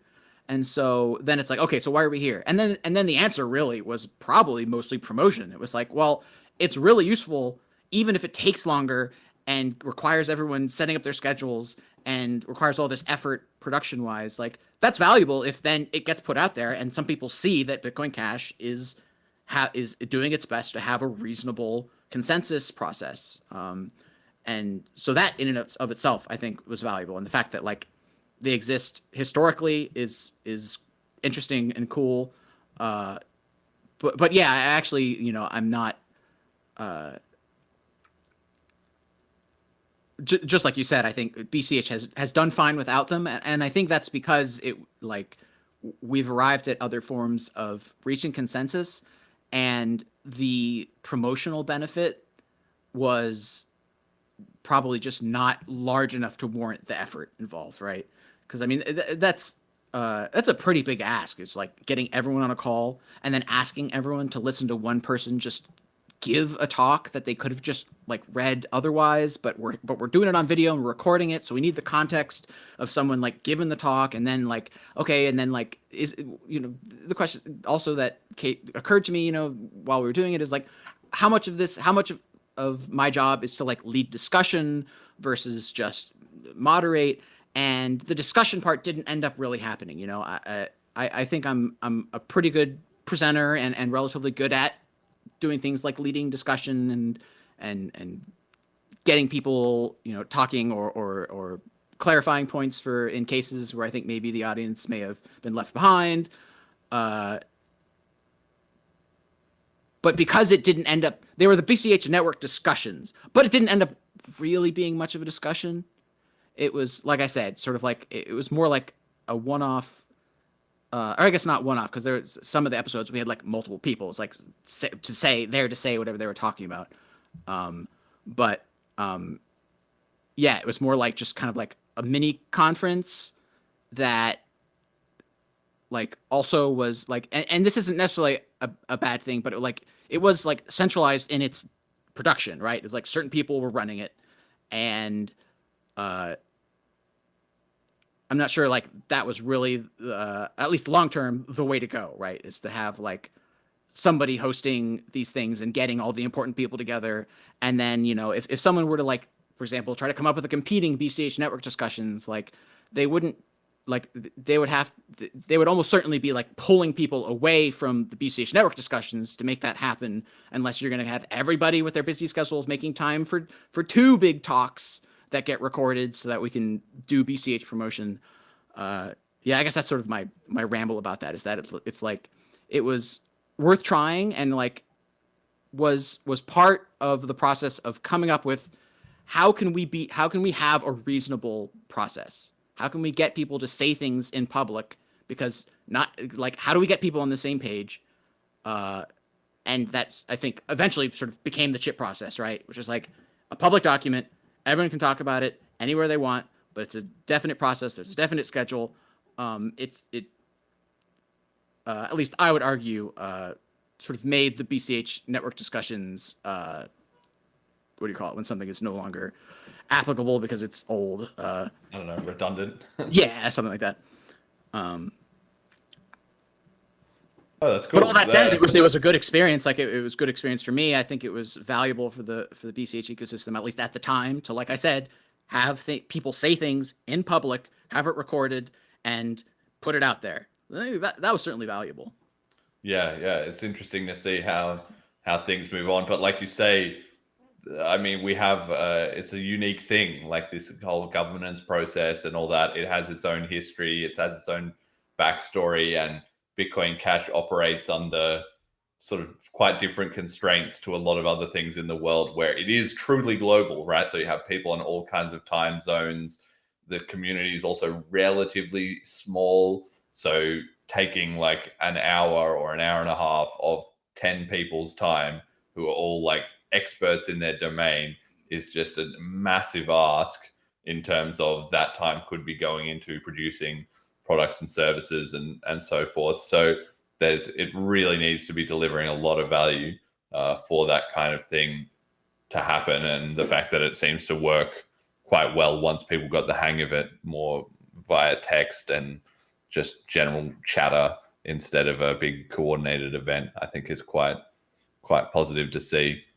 All right, speaking of the tech and upgrades, that's our next slide here. We've got BCH Blaze still rolling. We did the workshop with mainnet Pat yesterday, which I recommend anyone interested in Blaze or anyone just interested in BCH in general to take a look at. He showed off his new DApp starter app that he has made so that people getting into Blaze can just get rolling basically right away. Like he's already got the framework for the whole app set up right there, and we'll certainly skip them past a couple of days of getting set up.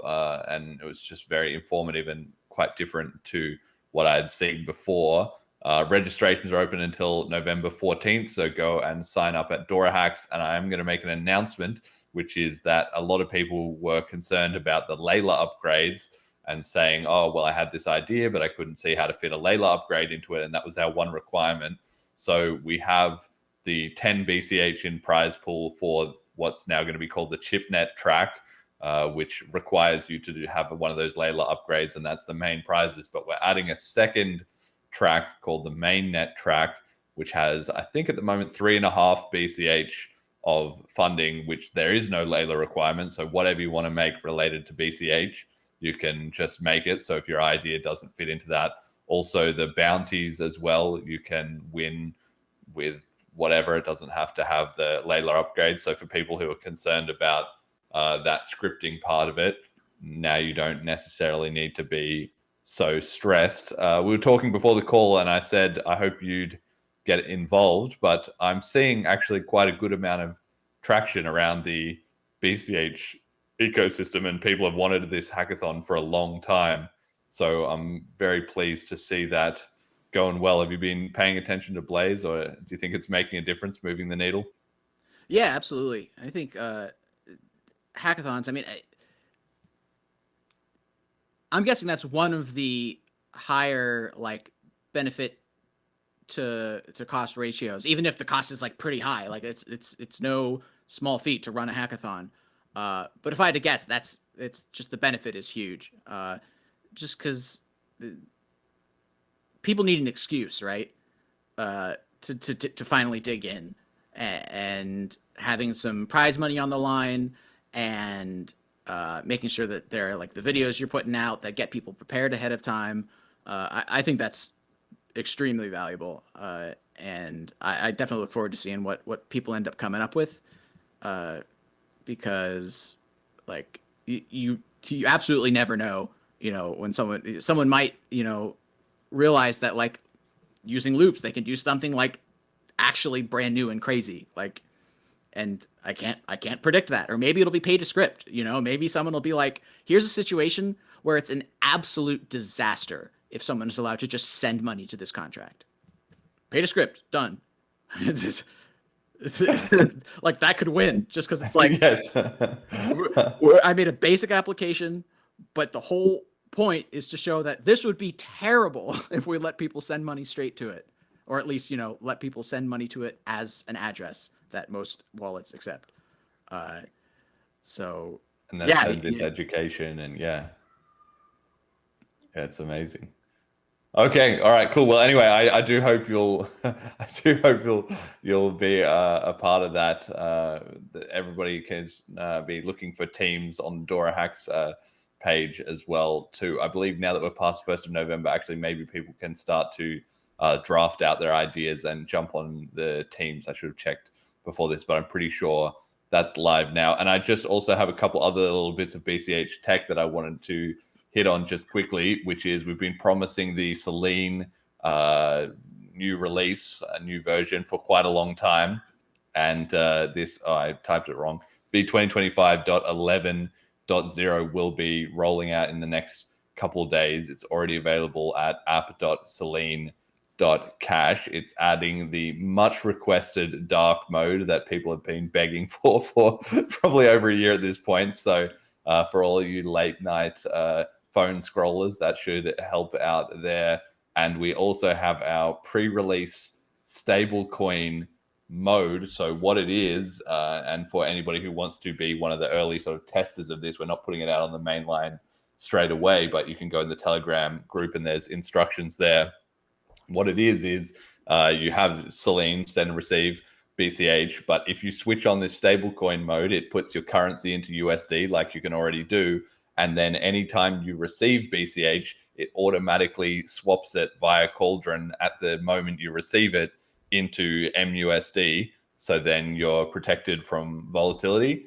And then if you're sending to somebody else, if they need MUSD, you'll send MUSD. So if a lot of people are using MUSD, then just MUSD to MUSD is fine.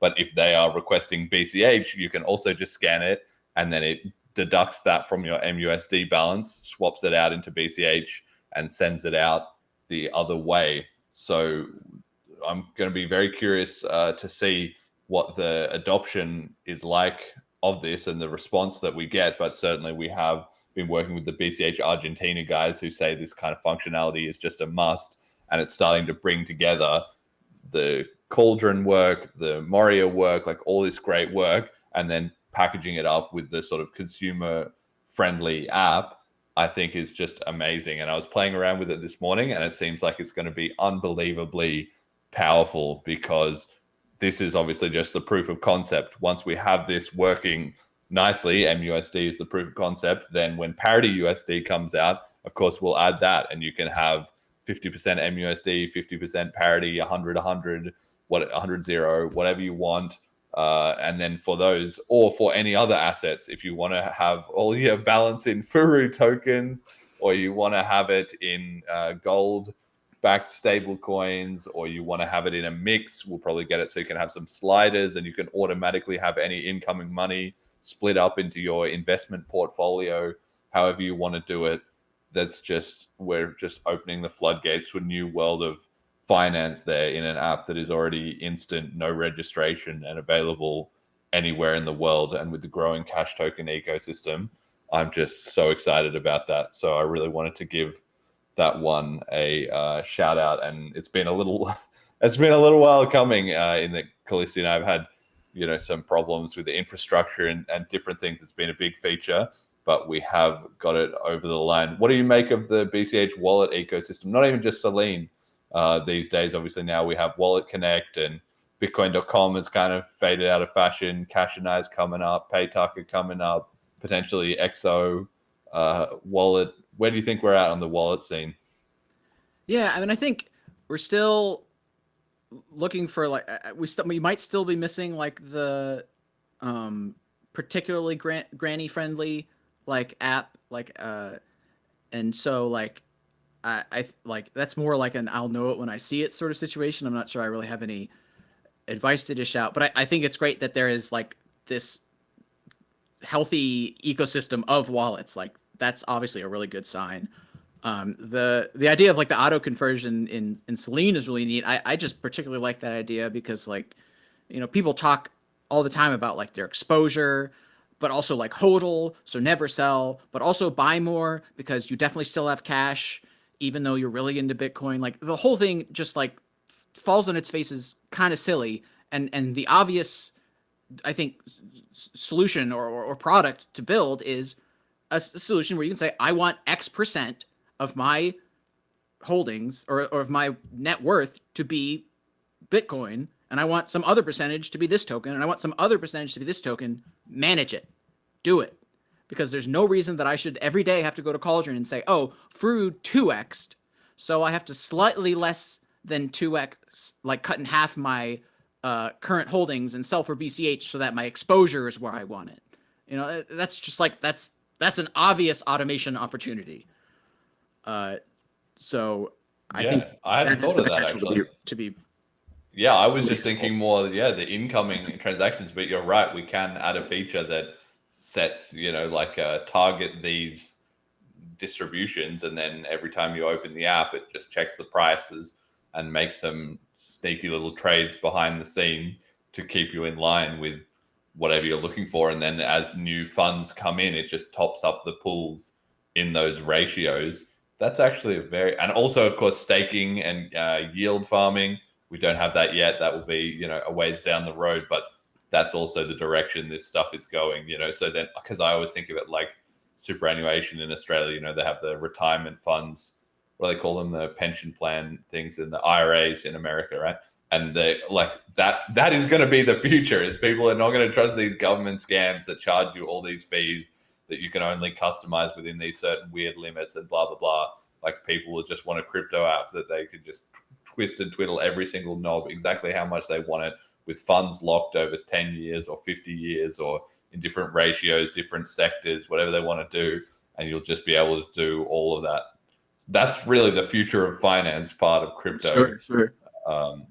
Coming to the fore. And we also saw this week, BCH Guru was saying that they were going to deliver in October, which they did not do. So this is not to call them out specifically, but they announced, that they had to delay things just a little bit. And I don't know what the new date is, but they said sometime in November that they're going to be making a new version of Cash Connect was the reasoning, because they found that when they were testing the prediction markets and so forth, that there was a lot of delays with people making multiple transactions. I think everyone will be familiar with this who's been using these apps. A lot of the time you have to consolidate your UTXOs before you do something, or in the case of Cauldron, you have to swap to another asset and then pay for something, or you have to swap out of an asset so you have enough for the transaction fee, and then you have to send some.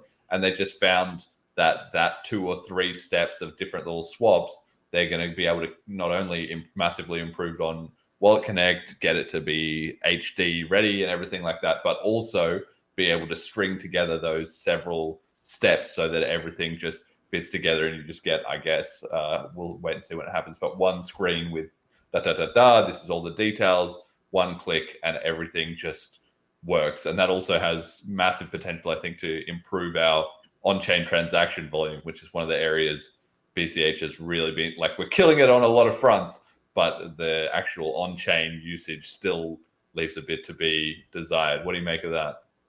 Yeah, I think I have high hopes for Cash Connect. As I understand it, like, it's still going to be sort of like using Wallet Connect as the transport layer. So it'll be like, it's basically using the Wallet Connect standard and then deviating from the Wallet Connect, or using the Wallet Connect transport standard. I don't really know if they're separate, but then deviating from it, basically breaking backwards compatibility with the way Wallet Connect originally worked, at least for Ethereum. And I guess we already have anyway. Like, Pat wrote like sort of his own custom, really simple specification for BCH for Wallet Connect. So we've actually already deviated from the original Wallet Connect, and then Cash Connect is just going to be like a much more powerful deviation therefrom. I do like worry a little bit. Like, I don't feel comfortable really recommending apps for BCH to the average person, because I've never had a consistent experience with Wallet Connect. I mean, it just like, sometimes it just doesn't work. It like disconnects. Sometimes you have to scan it like 5 times. That's just like not acceptable to me. And I like understand there are plenty of reasons why that's the case. And I guess, well, hopefully maybe the problem is with like the app developers, and they can figure that out on their side. But if the issue really is like the protocol itself, being able to do much cooler things with it is great. But if it's as unreliable as it has been, like, I'm still gonna be like, do I feel comfortable like saying, okay, so you're gonna do this, and then it might not work, so just do it again, and if it doesn't work, just do it again. Like, man, I just can't bring myself to like recommend that anything that might end up that way to anybody. And I think my experience is not unique. It seems like just people all the time are kind of like losing their Wallet Connect session or having trouble establishing it. And I don't know where the problem is, but I do think that's a huge problem, and maybe one that's like a little undersold in the BCH community, because we're so excited. It's so cool that we can do the stuff that ETH can do. And not only can we do the stuff that ETH can do, but you can do it in your own wallet, instead of having to use an integrated wallet like, say, BCH Bull has. Like, they were able to do some cool stuff, but they still had to build a wallet and then build an app around the wallet. And then you send money to that wallet that can specifically do the task. And then if you want to, you can withdraw. And it can be non-custodial. But like, okay, so given that, like, Wallet Connect should be a huge improvement. Dang, I can use my own wallet. I don't have to like I don't have to add another seed phrase to my, hastily scribbled notes of seed phrases that, would be absolutely devastating if they were to like go up in a fire or something like that. The less of that, the better. But at the same time, I think just the Wallet Connect experience is suboptimal. It's like, I agree with you. A problem. Yeah, I agree with you. It is definitely flaky at times, and I'm also not 100% sure where the issue is. Partly it's just in the UI that sometimes the scanning, the QR code isn't big enough, or the scanner doesn't pick it up if it's the right lighting. So I always try and use the copy paste of the text, which is a bit more reliable, but then not for every flow. That's not really super smooth. And, there was the Paytaka Connect again, which was great because then they pioneered that and it was needed at the time. But then there was the Wallet Connect and then Wallet Connect 2, and now we're going to Cash Connect. So there's kind of a jumble of different things going on, and it's supported by different wallets at different times, and we're sort of half piggybacking off the ETH stuff, but not exactly. And so I think this is just a bit of growing pains. I think in a couple of years it'll be like all super slick. The XO stuff is looking very promising for that, and even if not, like even just in Selene over time, we're slowly ironing out all those bugs. But it's just part of having to do HD wallets, being the first UTXO chain to basically pioneer a lot of this stuff. Like, sure, that's just a burden that we have to pay. It takes time to make things slick, but at the same time, I'm also excited about that in a way, because then that becomes our competitive edge, which is that the network effect is already there, and if anybody else is going to try and compete with us, which so far it doesn't seem like they have really wanted to jump in and do, it's just another layer of things that they're going to catch up on, not just the protocol stuff, not just the developer tooling, but also the wallet stuff, and also the infrastructure, and also the integration of all of the different pieces together and making it all slick. And if that's several years of work, which is expensive, as well as being time consuming for a whole ecosystem to put together, then by the time they've got that, we've already got the next thing and the next thing and the next thing, and that's just how you beat out your competition over the long run. So I am pretty excited about that aspect of it. And yeah, we just got to slog through till we get there, I think. Yeah, and it's got to like have an effect, like profit motive wise, right? Like if it ideally people will be able to measure or at least recognize when/if flakiness of Wallet Connect is affecting their bottom line. And then if you want to make more money, the solution is to come up with a better solution or fix. Yeah. It's so I am not particularly worried about it in the long term, or at least like not as like a first order worry. I'm more like we need more businesses, we need more entrepreneurs, and like that. I hope like the solution to that obvious problem will then trickle down or whatever to the issue that I see with Wallet Connect. Yeah, for sure.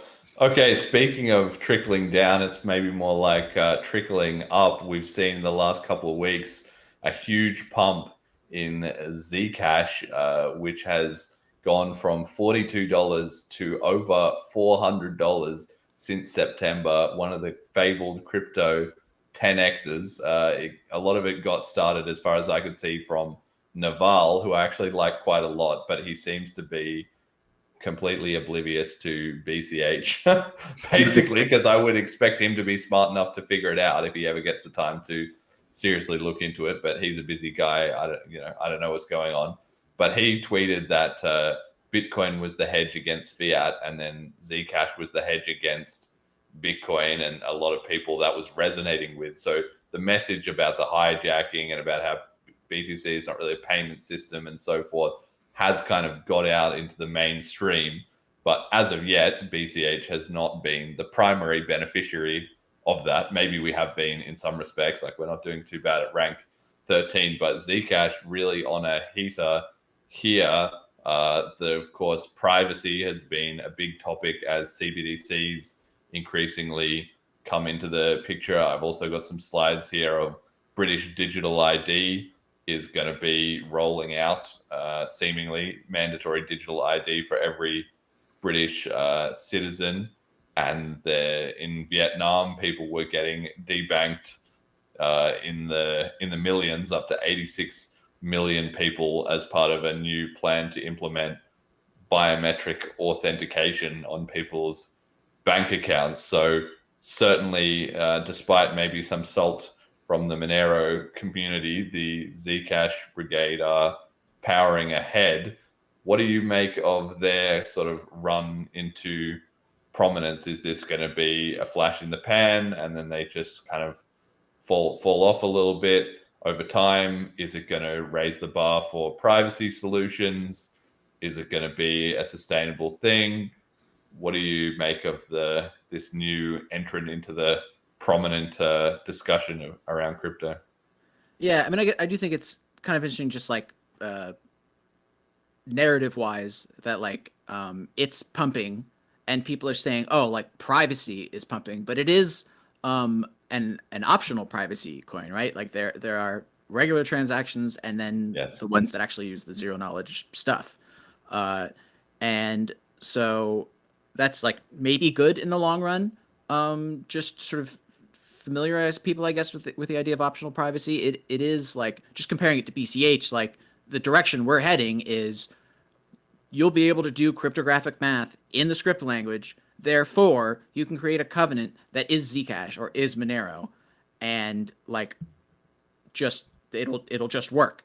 Like you send money into that covenant, and then while it's there, you can do all the private sending and then withdraw back to regular chain BCH, and that's the difference is, of course, like Zcash has bet on a specific privacy solution, and so has Monero, and so while of course, like I highly respect people who are privacy minded enough to like sort of want to impose it, like the people on Monero. I also respect, at least don't have anything particularly negative to say about Zcash for being optionally private, because it's basically where we're heading with Bitcoin Cash anyway, or where we already are, obviously, with tools like Cash Fusion.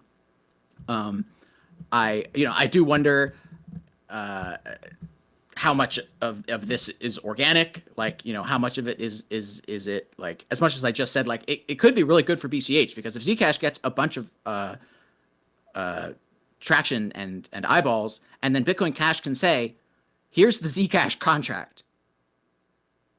We have that. Like, that's valuable. Any other coin that, like, we can just sort of emulate and then piggyback off of is a good thing. But at the same time, I do wonder, like, okay, if this isn't organic, which, how do you even define organic? I don't know. But if, say, there's like some amount of iffiness here in the price movement, and it's not as organic as maybe some Zcash fans would like to believe, then, like, what's the end goal? That's what I wonder. It's like, okay, why pump Zcash?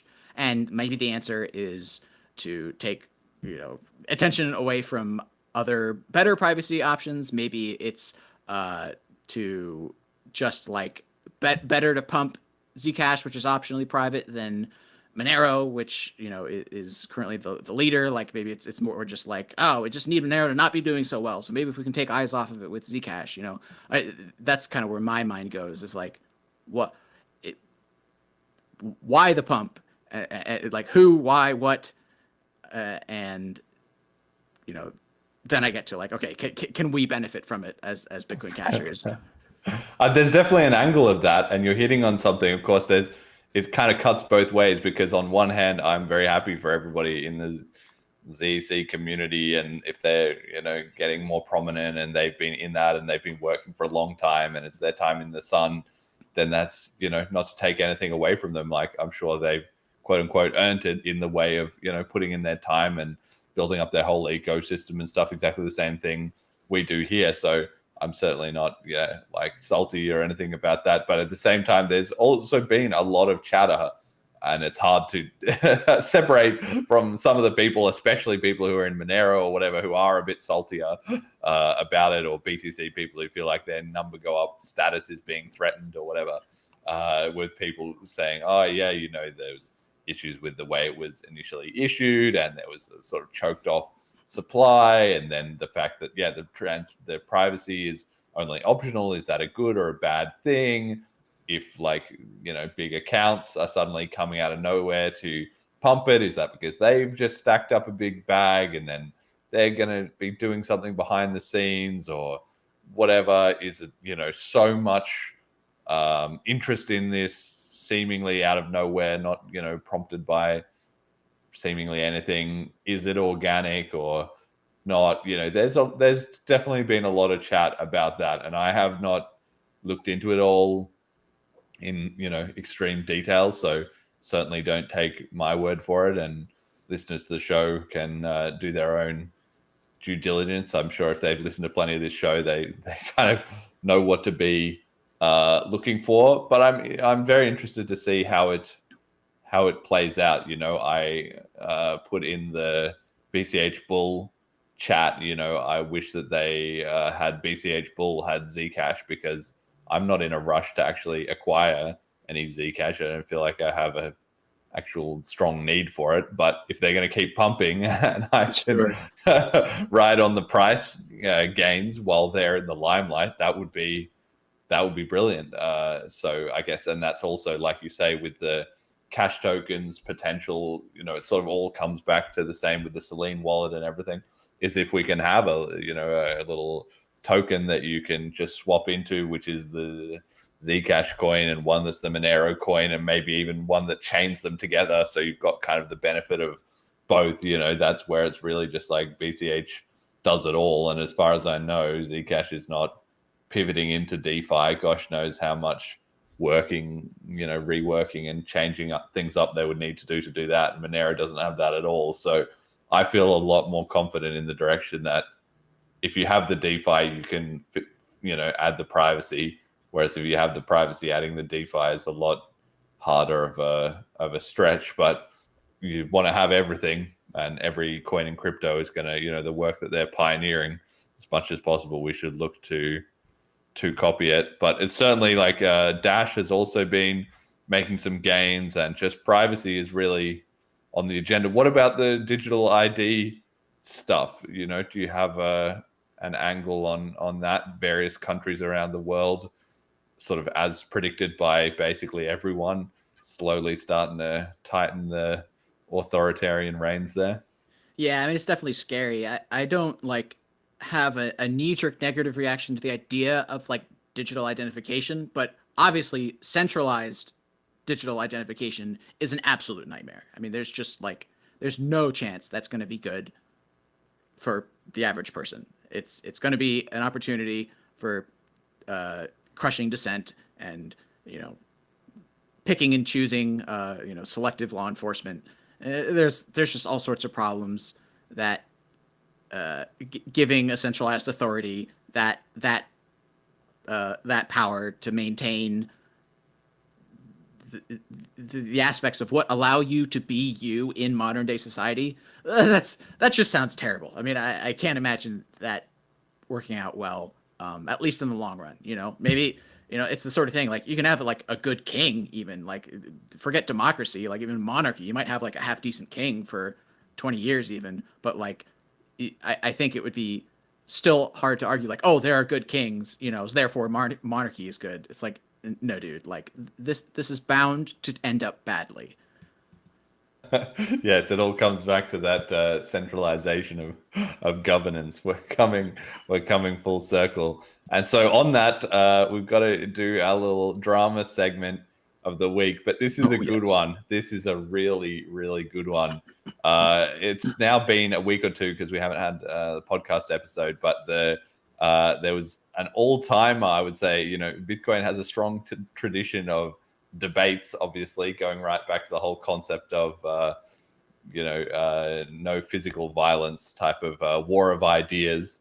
It has a long tradition of debates, and we saw one of probably the best ever in the last couple weeks here at Lugano for the BTC guys, Jamison Lopp and Peter Todd representing the Core 30 quote-unquote spammers against Mechanic and Luke Dasher from the Knots side. We have two clips here, which I think we'll just discuss separately. They're both a couple minutes each, but I think this is just historic Bitcoin discussion for all forks that everyone should be paying attention to and be aware of. And it ties into a lot of the themes that we've been following on the show. So let's have a bit of a listen to this. The first one should be at 1:57. From centralization. So I maintain a fork of Bitcoin Core, and notably, to be very clear, fork of Bitcoin Core that's meant to have the exact same consensus, but then has different relay policy. And I think the bit of an irony here is when Mechanic here talks about routing around, my fork Libra Relay does exactly that. It is a fork of Bitcoin Core that intentionally connects to other Libra Relay nodes, specifically to route around nodes that, call it filtering, call it censorship, whatever, do not relay transactions that Libra Relay does. So the purpose of Libra Relay is very literally to go route around other nodes and relay transactions that other implementations won't. Hence the Libra in the name. And of course, I'm not expecting many people to actually run this. I mean, long story short, Greg Maxwell called it a bit of a performance art project, but it's just a good example of how if you want to go and relay information, you certainly can. Any kind of response to that on the either Luke or Mechanic? I think it's important that the audience realize that Peter Todd is a bad actor and his Libra Relay is an attack on the Bitcoin network. I'm a bad person and capable of love. He's intentionally trying to bypass the peer-to-peer network to flood the network with spam. Yeah, it's very effectively routes around people who do not choose to relay those transactions. I mean, let's say that Peter and I are bad actors. Sure. Let's say that we are. What are you going to do about it? That's why we are here. How are you going to stop us? Do I need to mention? Let's talk about the future of Bitcoin and how you're going to stop us. I mean, the network is having an immune reaction. We are watching it happen. Yep. So there's your answer. And like many immune reactions, immune reaction is accomplishing essentially nothing. Libra Relay works just great. And miners who choose to run compatible nodes with it, and a bunch of them do, depending on what policy you're talking about, essentially 100% of them do. I mean, the immune reaction isn't really doing anything, so all right, fine, what are we going to do next? You may be trying to dissuade people or discourage them, but it's not doing nothing. So there you have it. Peter Todd, a classic of the bad actor accusations from the big blocker side. It's fascinating to see the infighting happening here as tensions over in BTC have spilled out to the point of open sort of bad faith discussions. I think Jameson, I always forget how to say it properly. He was getting himself into a little bit of a corner there with, he's trying to make a rhetorical point, like hypothetically, if we were the bad actors, the point is that you don't have a plan to stop this. And in fact, we don't either because it can't be stopped. But the reality is it's not a bad, it's not a great look to be on stage saying, yeah, we're the bad actors, guys. Like, what of it, Yeah, it's interesting that, I don't know, he didn't feel the need, or maybe like was going for the shock value, but didn't realize that like it just wasn't a good look. Because like you could see the point he's trying to make, like you said, which is like, okay, if you can't stop us, then what? And of course the response wasn't like, well, we're not even going to think about if we can't stop you. We are stopping you. We're doing it now. And then the answer is, no, you're not. And yes, we are. Okay. Well, that's right. Like with Mechanic and Luke are sort of, and we'll see this a little bit in the next clip as well, but they're having a bit of a tough time here because even though sort of the crowd is on their side, I think you see in the next clip, and also they're onto something with this idea of the bad actors, after of course dismissing stupid shitcoiner BCashers for criticizing Bitcoin Core for bad acting for many years. They've now discovered themselves in the same situation. Those in glass houses shouldn't throw stones, kind of an idea. But that's particularly funny. Just like, what do you think changed between then and now? Like, there was someone on Twitter that I ended up responding to who was like, they basically made the argument that like no one bought out the core devs last time. With the block size debate, they bought out the companies. This time they bought the core developers. And it's like, do you think no one thought of that? They were just like, oh, let's buy up the communities. I mean, the companies. And then they were like, oh, dang, those developers thwarted us. We didn't think to pay them off. It's like, what?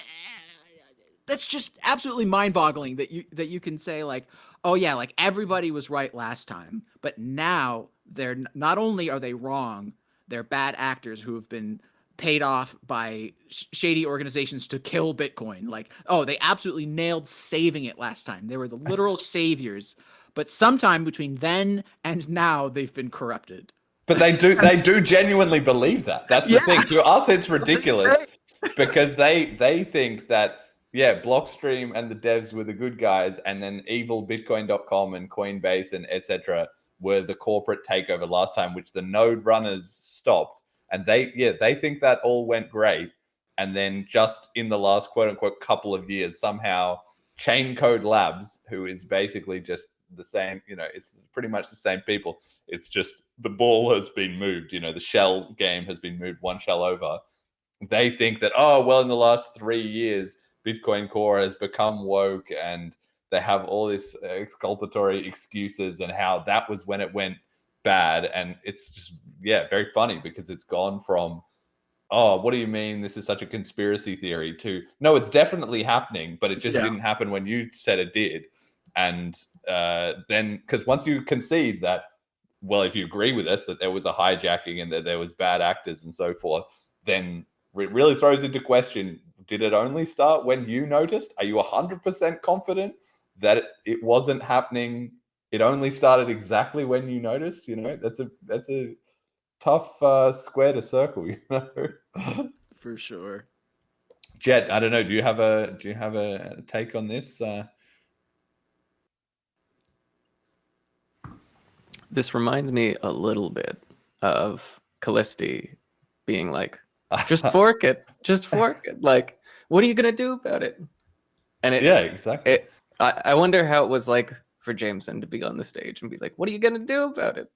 Because I don't feel like he's ever that, like he's, things have been implied, but I feel like that's the first time he's been so outright. Well, that's kind of where they got to on their Twitter debates. And then it was just like, would somebody actually, man up and say it kind of on stage?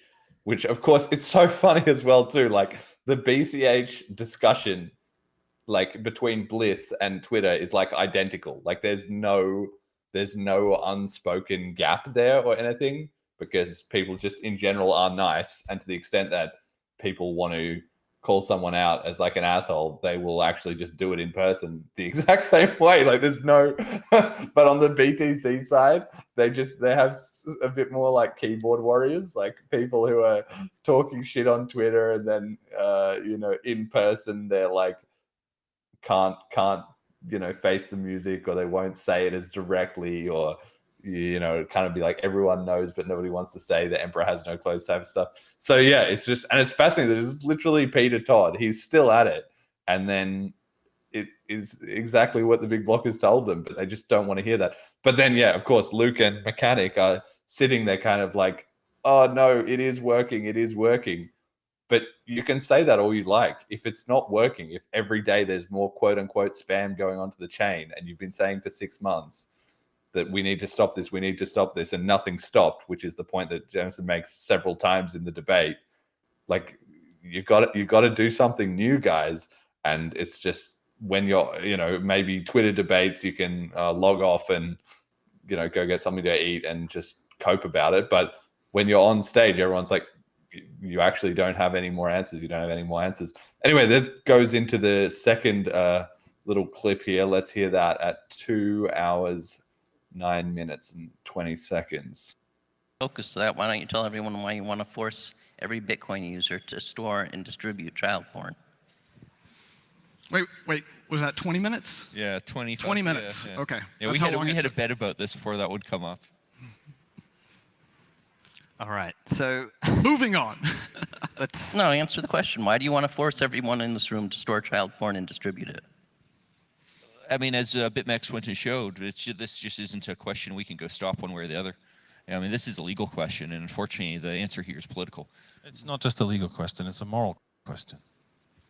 I mean, why do I go run nodes that go and transmit transactions that go pay for the stuff? I mean, we've had this question since the beginning of Bitcoin, and we have. Don't transmit transactions. Let me address they this. Record it. We have a very long precedent that was set by Satoshi. Initially, hold on, let me address this because it's relevant. When WikiLeaks started transacting on Bitcoin, it made Satoshi pretty uncomfortable, and he said famously, it would have been nice to have gotten this attention in any other capacity. We have kicked the hornet's nest, and now the swarm is headed towards us. It was scary, let's be honest. Bitcoin is strong and it's anti-fragile, but there is a degree of discomfort that people that want to engage with the network will tolerate before they walk away from it. And Satoshi set a pretty strong precedent then that money needs to be neutral to work. One Bitcoin needs to be one Bitcoin. And ultimately, maintaining a ledger that reflects financial history, no matter how egregious that financial history is, I don't care. I've said this many times before. I don't care if you're buying, if you're buying a glass of milk or if you're financing Al Qaeda or something. I don't care. It's all money, and it's defensible having a neutral monetary network. But humans fundamentally do not consider file storage the same thing. So if someone gets caught, let's move away from the CSAM argument has been brought up. I don't like talking about it because it's such an emotionally charged topic that people think immediately I'm trying to be manipulative. But there are there is file storage protocols out there that people will not use to the degree where they expect the world to view them as doing something admirable. You're not going to run a file storage server in your house and give people the ability to anonymously upload any data to it for some ethical, greater design, because people just don't work like that. If someone's getting dragged off to jail because they have illicit government, files, illegal pornography, malware, all that stuff, which, by the way, the Bitcoin network is a gift to anyone that wants to engage in that kind of stuff because it has anonymous upload and it has enthusiastic people. I keep playing a little bit. I relay this to anyone on request. That stuff is just not something that most people I know are prepared to say, yeah, I'm willing to do that. To have Bitcoin be what it needs to be, I'm willing to run a neutral file server in my house. And that is why I think, yeah, okay, Bitcoin, oh my God, it didn't die the day they released Core 30. And if you want to make straw man positions like that, fine, but you just make yourself look like a clown. No one is saying it's going to die today, but I'm saying you're putting pressure on nodes to become arbitrary file storage systems, and most people don't really want the headache that comes with that because it has nothing to do with money. Look, I'll just play a little bit, another 5 seconds. You can hear we had this discussion. The crowd.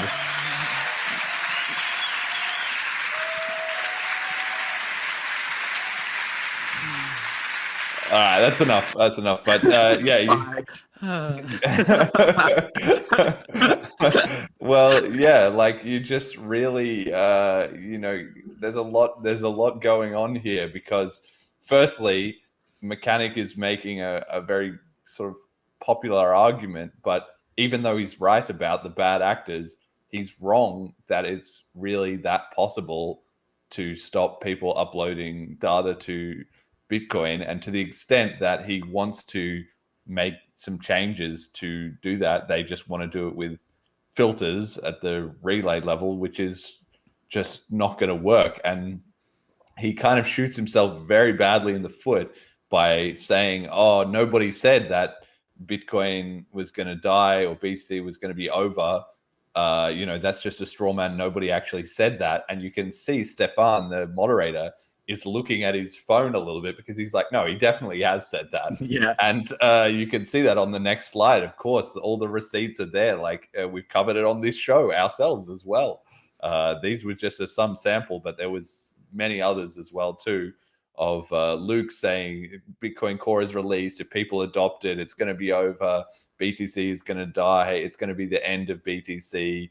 If this gets in, it's going to be like BSV, where the child porn gets uploaded and the whole thing just falls apart. Like it's going to be a disaster, etc., etc. So they have actually been saying that, and it's just so ironic that he and Luke get so upset about straw men and gaslighting when they can't really hold it together with their own position. And that's why having it on stage is so important, because again, if you have all these big talk on Twitter and then you show up to this debate and you try and sort of walk it back in public, like people are going to notice that. So even though he got, a big round of applause and probably the quote unquote, the plebs or the general opinion is on his side, at the end of the day, the position of Jameson and Peter is more consistent with how they represent themselves in advance. What did you make of that part of it? Yeah, I mean, I can't think anything besides why are you talking about this now? Like, I realize it's because of the opera turn thing, but the inscriptions taproot thing has been there for like what, 3 years? 2.5 years, yeah. Nearly 3 years, yeah. You can already upload arbitrary large amounts of data. So what do you think you're like? I just, why was the opera turn the straw that broke the camel's back? Like, oh man, you know, child sexual abuse material in witness data, A-okay. Opera turn, you're killing Bitcoin. And it's just like, I realize that there's sort of nuances to his argument, and then like also to the, you know, can you prevent it argument, but all that just goes to the wayside for me the moment I remember that this has been possible for a long time. Yes. Using a slightly different method. Yes. And you weren't worried about it. It was only, but because it was an accident, it was like, oh, we didn't intend this functionality, so it's not a problem. But now they're increasing op return to encourage it, so now I'm really mad. It's like, I can't wrap my mind around the position where you're like, oh, well, now they're doing it on purpose. Well, it's because it's because it's interrelated with all their other propaganda. That's where the problem is because when the Taproot thing happened, like if that had happened, and we said at the time, if something like that happened on BCH, everyone would just be like, okay, this is a bug. Nobody meant for this to happen. We'll just schedule it into the next network upgrade, get it fixed, bada bing, bada boom. Good job, guys. Moving on. But they were kind of like, oh, what do we do about this? We can't hard fork to fix it.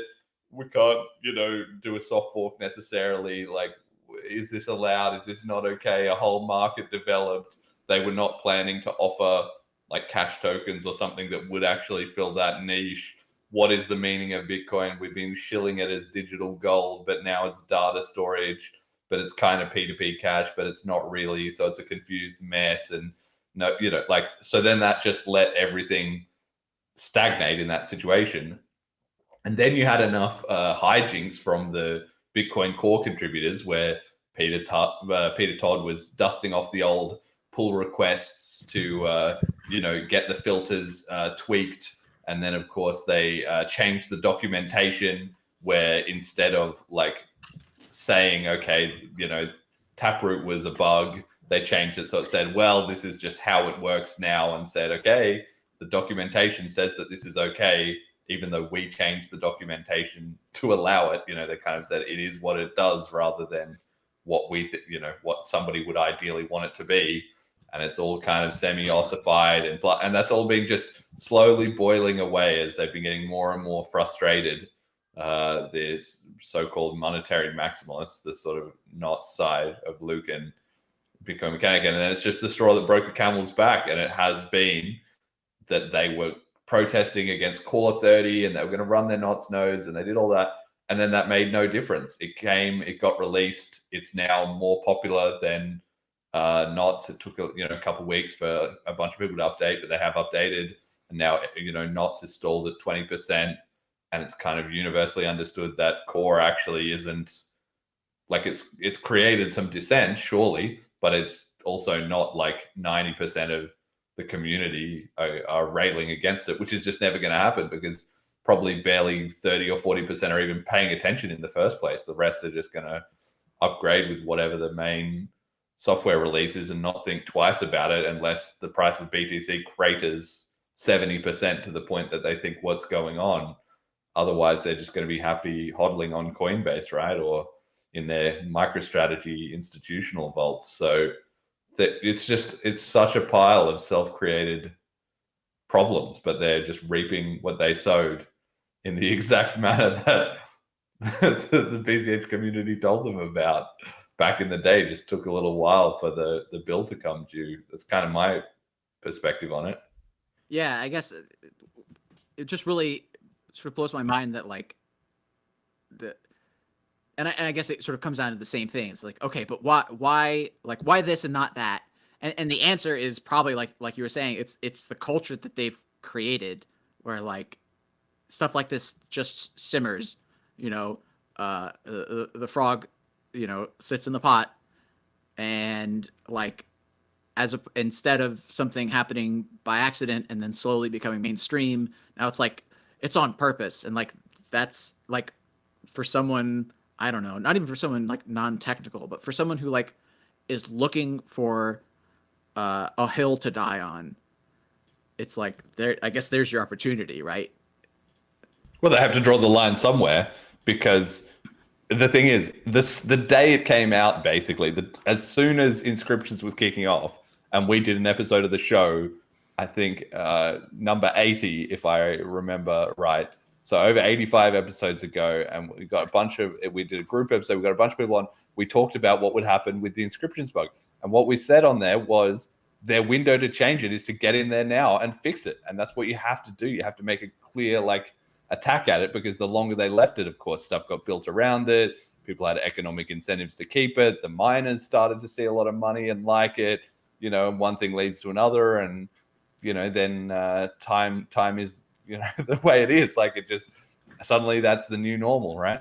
And so they should have fought that battle then, which is exactly what we said on the show that they should do if they wanted to get rid of it. But they didn't do that, or they were just upset but not very effective then. And then it's just been, like you said, the boiling frog, until eventually they realize, oh shit, we're getting cooked. Time to get out of the pot. But it's already a little bit late. Like, the damage has already been kind of done. And so there is now some effort to make a bit of a change, which has led on to, Mechanic seemingly had the popular support there at the debate. But in the aftermath, it seems like the Knots Brigade figured out that they had come off the worse for wear of that encounter, because a couple of days later, there was then suddenly a new emergency soft fork proposed by this anonymous developer, Dathan Ohm, which is very reminiscent of Shaolin Fry popping out of nowhere to come up with the UASF forks, in the block size war. I don't think this is exactly the same thing, but it's reminiscent of that. Surely, a fork called BIP 444, which is ironically in Chinese a very unlucky number, because the Chinese is Si for 4, and Si is death, right? So the Chinese dislike the number 4. They think it's really unlucky. So they called their fork death, death, death. And what it was suggesting a proactive soft fork in February to change the various ways of storing data to make them less, possible on BTC, but also with a 1-year temporary timeout. Like, this is some real desperation measures type here. Nobody's ever done a temporary soft fork like the government debt ceiling that you would need to renew every year, but that was kind of suddenly their proposal. So then they were in a lot of mess, because everyone said, well, you've spent the last 6 months saying that we don't need a soft fork to say this, and we've been saying, yes, you do. And now you finally agree with this and say, yes, we do. And your proposal is not only a complete reversal of your position, it's also kind of nonsense, in that how's a 1-year fix? Like, not only does this only a temporary fix, and you have to get everyone to agree to it, but on top of that, it's kind of making the problem worse in a certain way, because it's going to disable a lot of the actual functionality that we want to need. Like, so we're going backwards if we're doing this kind of thing. And on top of that, they also wanted to have a reactive method. So they said it'll go out in February, but if there is suddenly somebody uploading an quote unquote unwanted file to the chain, we need to suddenly do basically a 51% attack on ourselves to unroll that from the chain and put these measures in. And then it's kind of like, well, who decides on that? Who gets to call the starting? What if it happens at 1 a.m.? Like, it's going to happen at 1 a.m. somewhere. Like, people are going to be asleep. Like, it's just, none of it makes any sense. So it has really turned into a mess, as the Knots guys are just kind of ramming into the wall of reality that their node running resistance strategy, A, was not popular enough to do anything, and B, wasn't going to be effective anyway. So they're kind of having to discover that that's not going to win them this debate.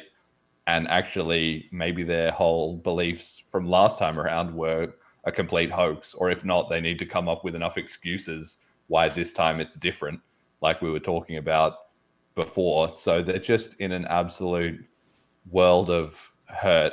What do you think? What about this idea of a temporary soft fork? That strikes me as very bizarre. Like, okay, so a hard fork is like an expansion on the rule set, and a soft fork is a restriction. So like, there's the whole backwards compatibility thing. To undo a soft fork is an expansion of the rules. Is that not a hard fork?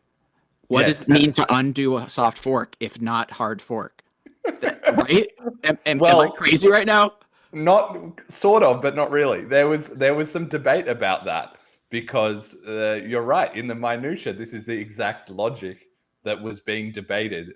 The concept, I guess, was that if the soft fork rules include a timeout within the soft fork rules, then at the time you're doing the soft fork, you're making like a restriction. So it's this many rules, and then you're restricting the set to this many. But afterwards, since it just it's time limited, so it just expires and it goes back to the previous amount. Like there's no point at which you've expanded the original set of rules, was the idea. But it's a very murky area. Yeah, that just sounds like.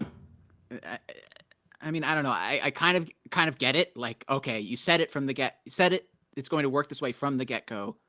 Therefore, undoing it is not an expansion. Yeah. But at least my knee-jerk reaction to that is like, that's bullshit.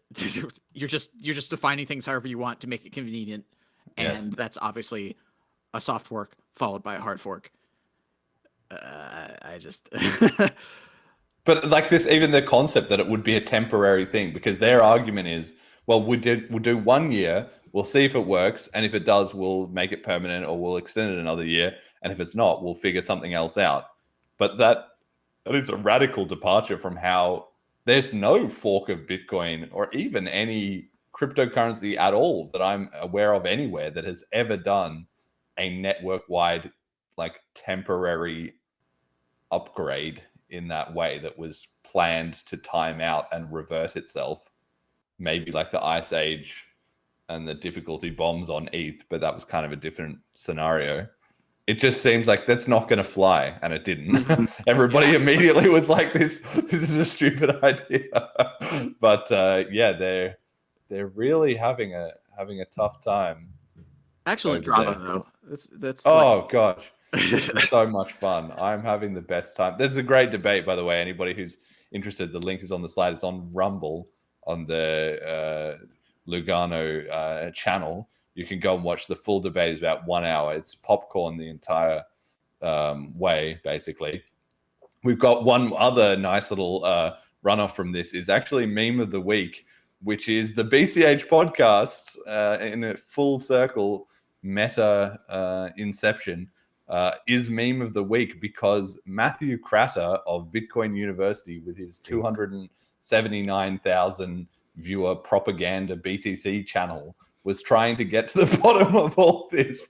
And it turns out that the best explanation of what is going on here comes from the BCH podcast. So he was referencing our materials, and clearly had been reading up my FAQ about the soft and hard fork distinction. So let's have a listen to this video here from Matthew Cratter. Transactions. And then there's a hard fork where you widen the rules. A good example of this would be the Bcash hard fork. Bitcoin's max block size at the time was 1 megabyte per block, but Bcash widened the rules to allow 8 megabyte blocks, and doing so created a blockchain split, or what's called a chain split. This is what it looks like, where there's one chain before, and then Bcash widened the rules, ending up with a hard fork. They lifted their block size to 8 megabytes, whereas Bitcoin kept its at 1 megabytes. And then, of course, there was SegWit, which basically increased them to 4 megabytes if you count the witness. But this is an example of Bcash propaganda, so don't take this thing too seriously. But I thought it was a good graphic showing the split and showing what a hard fork would look like. The reason we know that Bcash is a failed hard fork, that's not just me saying that. Bitcoin BTC currently has a market cap of 2.29 trillion, whereas Bcash has a market cap of only 11 billion. And then there's a fork of Bcash called BSV, which currently only has a market cap of 451 million. Another way you can look at this is to think that current Bitcoins, one Bitcoin is about 115,000. Bcash has fallen so much that one Bitcoin is only $563 per Bcash token, I should say, and then BSV is only $22. So that's an example of a hard fork where the rules were widened, at least on the Bcash side of things. So there you go. My comment was that, as Matthew states, this Bcash propaganda was a good visualization of what happened. Very unintuitive that propaganda would be so clear and accurate. Like, that's the exact opposite of what propaganda is supposed to make things more difficult to understand or be biased. The fact that the most accurate, compelling, concise, and clear example of what happened he found on bitcoincashpodcast.com really goes to show that they had the wrong end of the stick the whole time along. And it's just so funny that then his reputation for, like, the graphic says which is Bitcoin, you decide, and it has, you know, it was a peer-to-peer cash system, and then it became digital gold, and all the little facts there that you can read. But then his argument was the price, and he says it once, and then he kind of just reiterates it and says the price again. He says it twice. Yeah. Like, there's no other argument, nothing about the vision, nothing about how it works, nothing about the technology. Of course there isn't, because he can't make an argument on any of those grounds, because I've got all the facts listed right there. Yeah, well, you know, Bitcoin was itself a hard fork of the idea of money. Yes. And you can tell that Bitcoin is a failed fork of fiat by comparing their market caps. BTC only has a market cap of whatever the heck he said. You know, it was like 2 trillion. 2 trillion. And the market cap for, you know, the M1 or M2 money supply is, you know, whatever it is. Yeah. And so obviously BTC is just a failed project. And I do think it's especially funny that, like, which is Bitcoin, you decide. That's the propaganda. That's the propaganda. Think for yourself, don't trust, verify is now propaganda. Yeah, he couldn't have picked a more perfect graphic or segment. But I mean, I thought it was very interesting because his explanation matches what I have written on the FAQ. And this graphic is, I think it might be in that article, but it's actually in the start guide. So I'm fairly sure that he would have had to see me discussing this on Twitter and probably actually calling someone out, which I've done several times, saying, you're confused about this propaganda. Here's the explanation. He would have had to see that, despite the fact that he has me blocked. So he would have had to, you know, go to that little, you block this person. Oh, what were they saying? Or if somebody replied to me or something.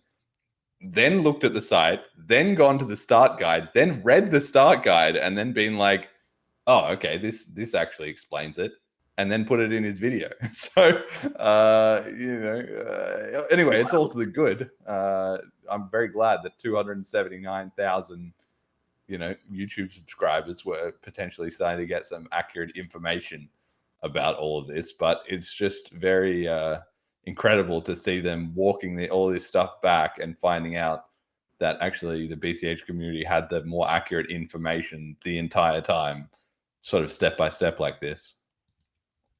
I don't know, Jed, did you enjoy this? This made my day. Like, I was smiling ear to ear for about 3 hours after I first saw this. It was amazing. Yeah, I thought it was funny. Like,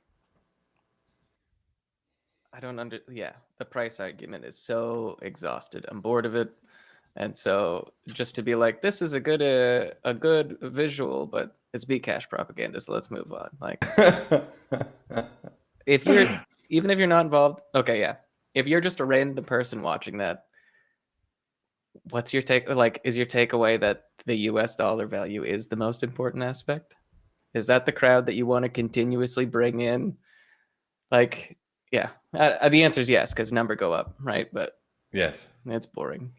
As soon as that starts to fall apart, which it is a little bit, the gains are slowing down cycle on cycle.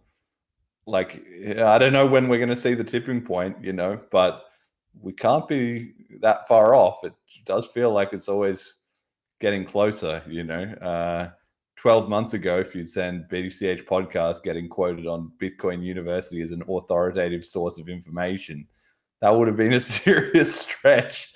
I mean, even 6 months ago when we went to Op Next, Speaking of which, it's 1 month until the timeout on that letter that they wrote in June.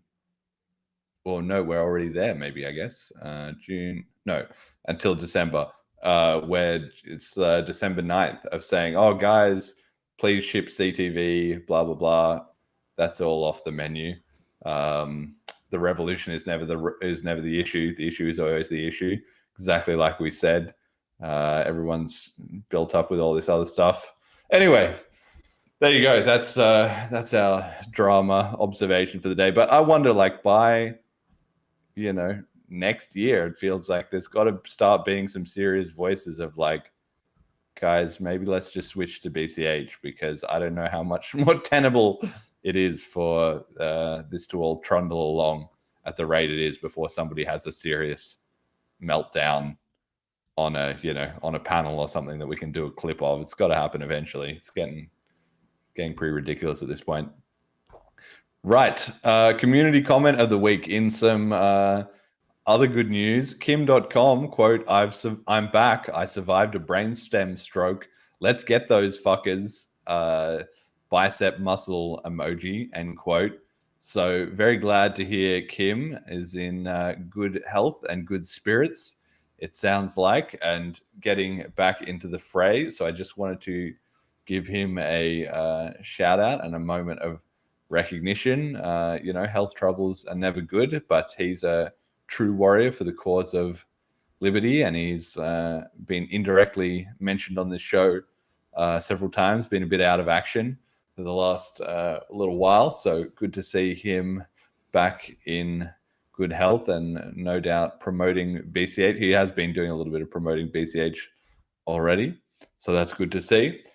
And now we got our message to the community. You know how it goes, John. Every week we give the guest a chance to tell the listeners whatever they need to hear. What do they need to hear? Yeah, I guess I don't have any. I feel like advice or anything, or at least I would be hypocritical to offer much advice when maybe I'm not taking it myself. Besides just keep at it. But I guess I'll definitely shout out General Protocols and thank them for giving me an opportunity to do some work for them, because I've been putting together their YouTube shorts recently. So if you haven't kept up with those, check out, follow them on Twitter, or they're also posted to the Bitcoin Cash and BTC subreddits. I put a lot of effort into those. It's the sort of thing where it might be like 3-4 minutes of someone talking, and I put a lot of work into like chopping it down so that it's still what they said, but down to a minute, because it's the YouTube shorts have the limit of a minute. And I think that's actually a great limitation to have, that's forced me to be creative and in the ways that I chop things up, and I think the end product is pretty good. So that's just something I guess I didn't really talk about that I was working on, but I do want to both shout out General Protocols and then also shill those shorts, because I think there's a lot of good little snippets of information in there, and I'm proud of them anyway. So yeah, no, they're really cool, and I love the little visualizer graphic and everything. Yeah, they look great, and I think I'm certainly not killing it with the short form content myself. I mean, we do have some of the clips, and occasionally one of them gets a bit more traction, but it's not something that I am the best at, generating from this channel, really. So yeah, I'm very impressed at the professionalism and stuff that they put into that, and the work you've been doing. I didn't know you were doing that, but yeah, it's definitely noticeable. All right, our Fund Me contributors, episodes 156 to 165. So this will be the end of another batch of episodes, and I will be launching another Fund Me for the next set of 10. So if you're listening to the recording, maybe check that out. It's not live yet, but it will be once I get a chance to write it all up. Okay. Majamali Marcelo, Jeremy is made of whatever profits are made of. Molecular, the show we love. At Cash Stamps, keep building and broaching. Erdogan Talk, economics writer. Big Hair, love the show, love your hair. Milton Friedman, Purely Peer, purelypeer.cash. Discover the thrill of quest hunting, find hidden cash drops, and collect BCH. Ryan Giffen, keep it up, please. DGN and FurQ, fresh hardcore BCH rap anthem coming at ya. The Green Comeback Kids, get it at https://nwb.cash. Cash Dragon, pump it up. Thank you all for your support over these last 10 episodes. Our donators, thank you very much. And our patrons, Ricky, Kyle, and HP. And our sponsors, General Protocols. Check out bchbull.com, doing amazing work in the scene. If you're new to the show, if you just came for the BTC drama and you don't know all about the hoax and how all this worked, check out episode 85. And you can try Celine at celine.cash, including the new version at app.celine.cash. But back up your seed phrase before you do it. And if you want to try the preview, the pre-release stablecoin mode, then join the Telegram, and the instructions and so forth are in there. Also, Blaze will be on next week at 6 p.m. Saturday the 8th or the 9th. I guess it'll be Saturday the 8th at 6 p.m. UTC with Callisti. So more coming up from the Celine team there. Any final shout outs or sort of sign off words, John? I guess I'll shout out Sakib, because you mentioned that the shorts look pretty good, and he's the one that set all that stuff up, like set up the workflow and everything. So now I'm putting them together, but I think he did a real good job, making them look good. So shout out to Sakib. Amazing. And where can people find more of you? On the Bitcoin Out Loud channel, right? Bitcoin Out Loud. I'm Bitcoin Out Loud on Twitter. On Reddit, I'm 81AD. And that's about it. Jet, any final shout outs? And for me, my final shout out, I think, Peter Todd kind of deserves it for his performance at the debate. I've got to say, shit-eating grin on his face, lovely bit of, moving the conversation around.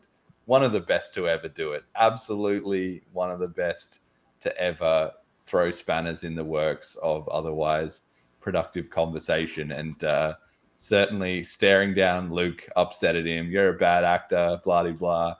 He just didn't flinch. You love it. Great work. Great work. Peter, keep it up. The further you can drag them into a swamp over there, the better. So love it. Thank you very much. Okay, and to finish, we have the song from Bitcoin Out Loud with the Bitcoin peer-to-peer electronic cash system anthem. If you haven't heard it, stick around. It's a good one. All right. Thank you all for listening. Till next time. Cheers. Bitcoin, a peer-to-peer electronic cash system. The last system fucked the world, so we're giving this a shot. Bitcoin, a peer-to-peer electronic cash system. Yeah, the last system fucked the world, and we're gonna try to not. But what's the point if you can't spend it? Massive options here, and I think I'm gonna end it. 'Cause digital gold's getting digital, and the dust I have is useless. This was supposed to be a tool for everyone in the world. Not another stock for Wall Street. Not another horse for Lambo. Moon boy speculators to bet on.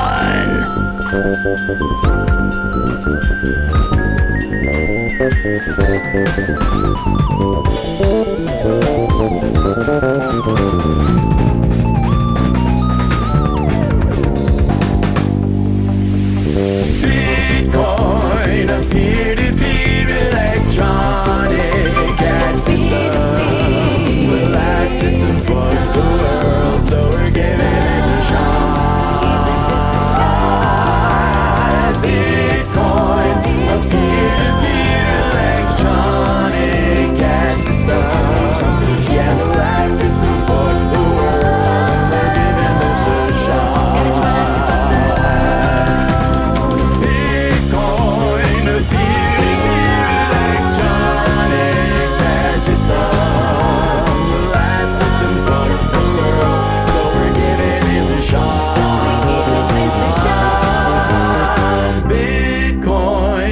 peer-to-peer electronic cash system. Yeah, the last system fucked the world.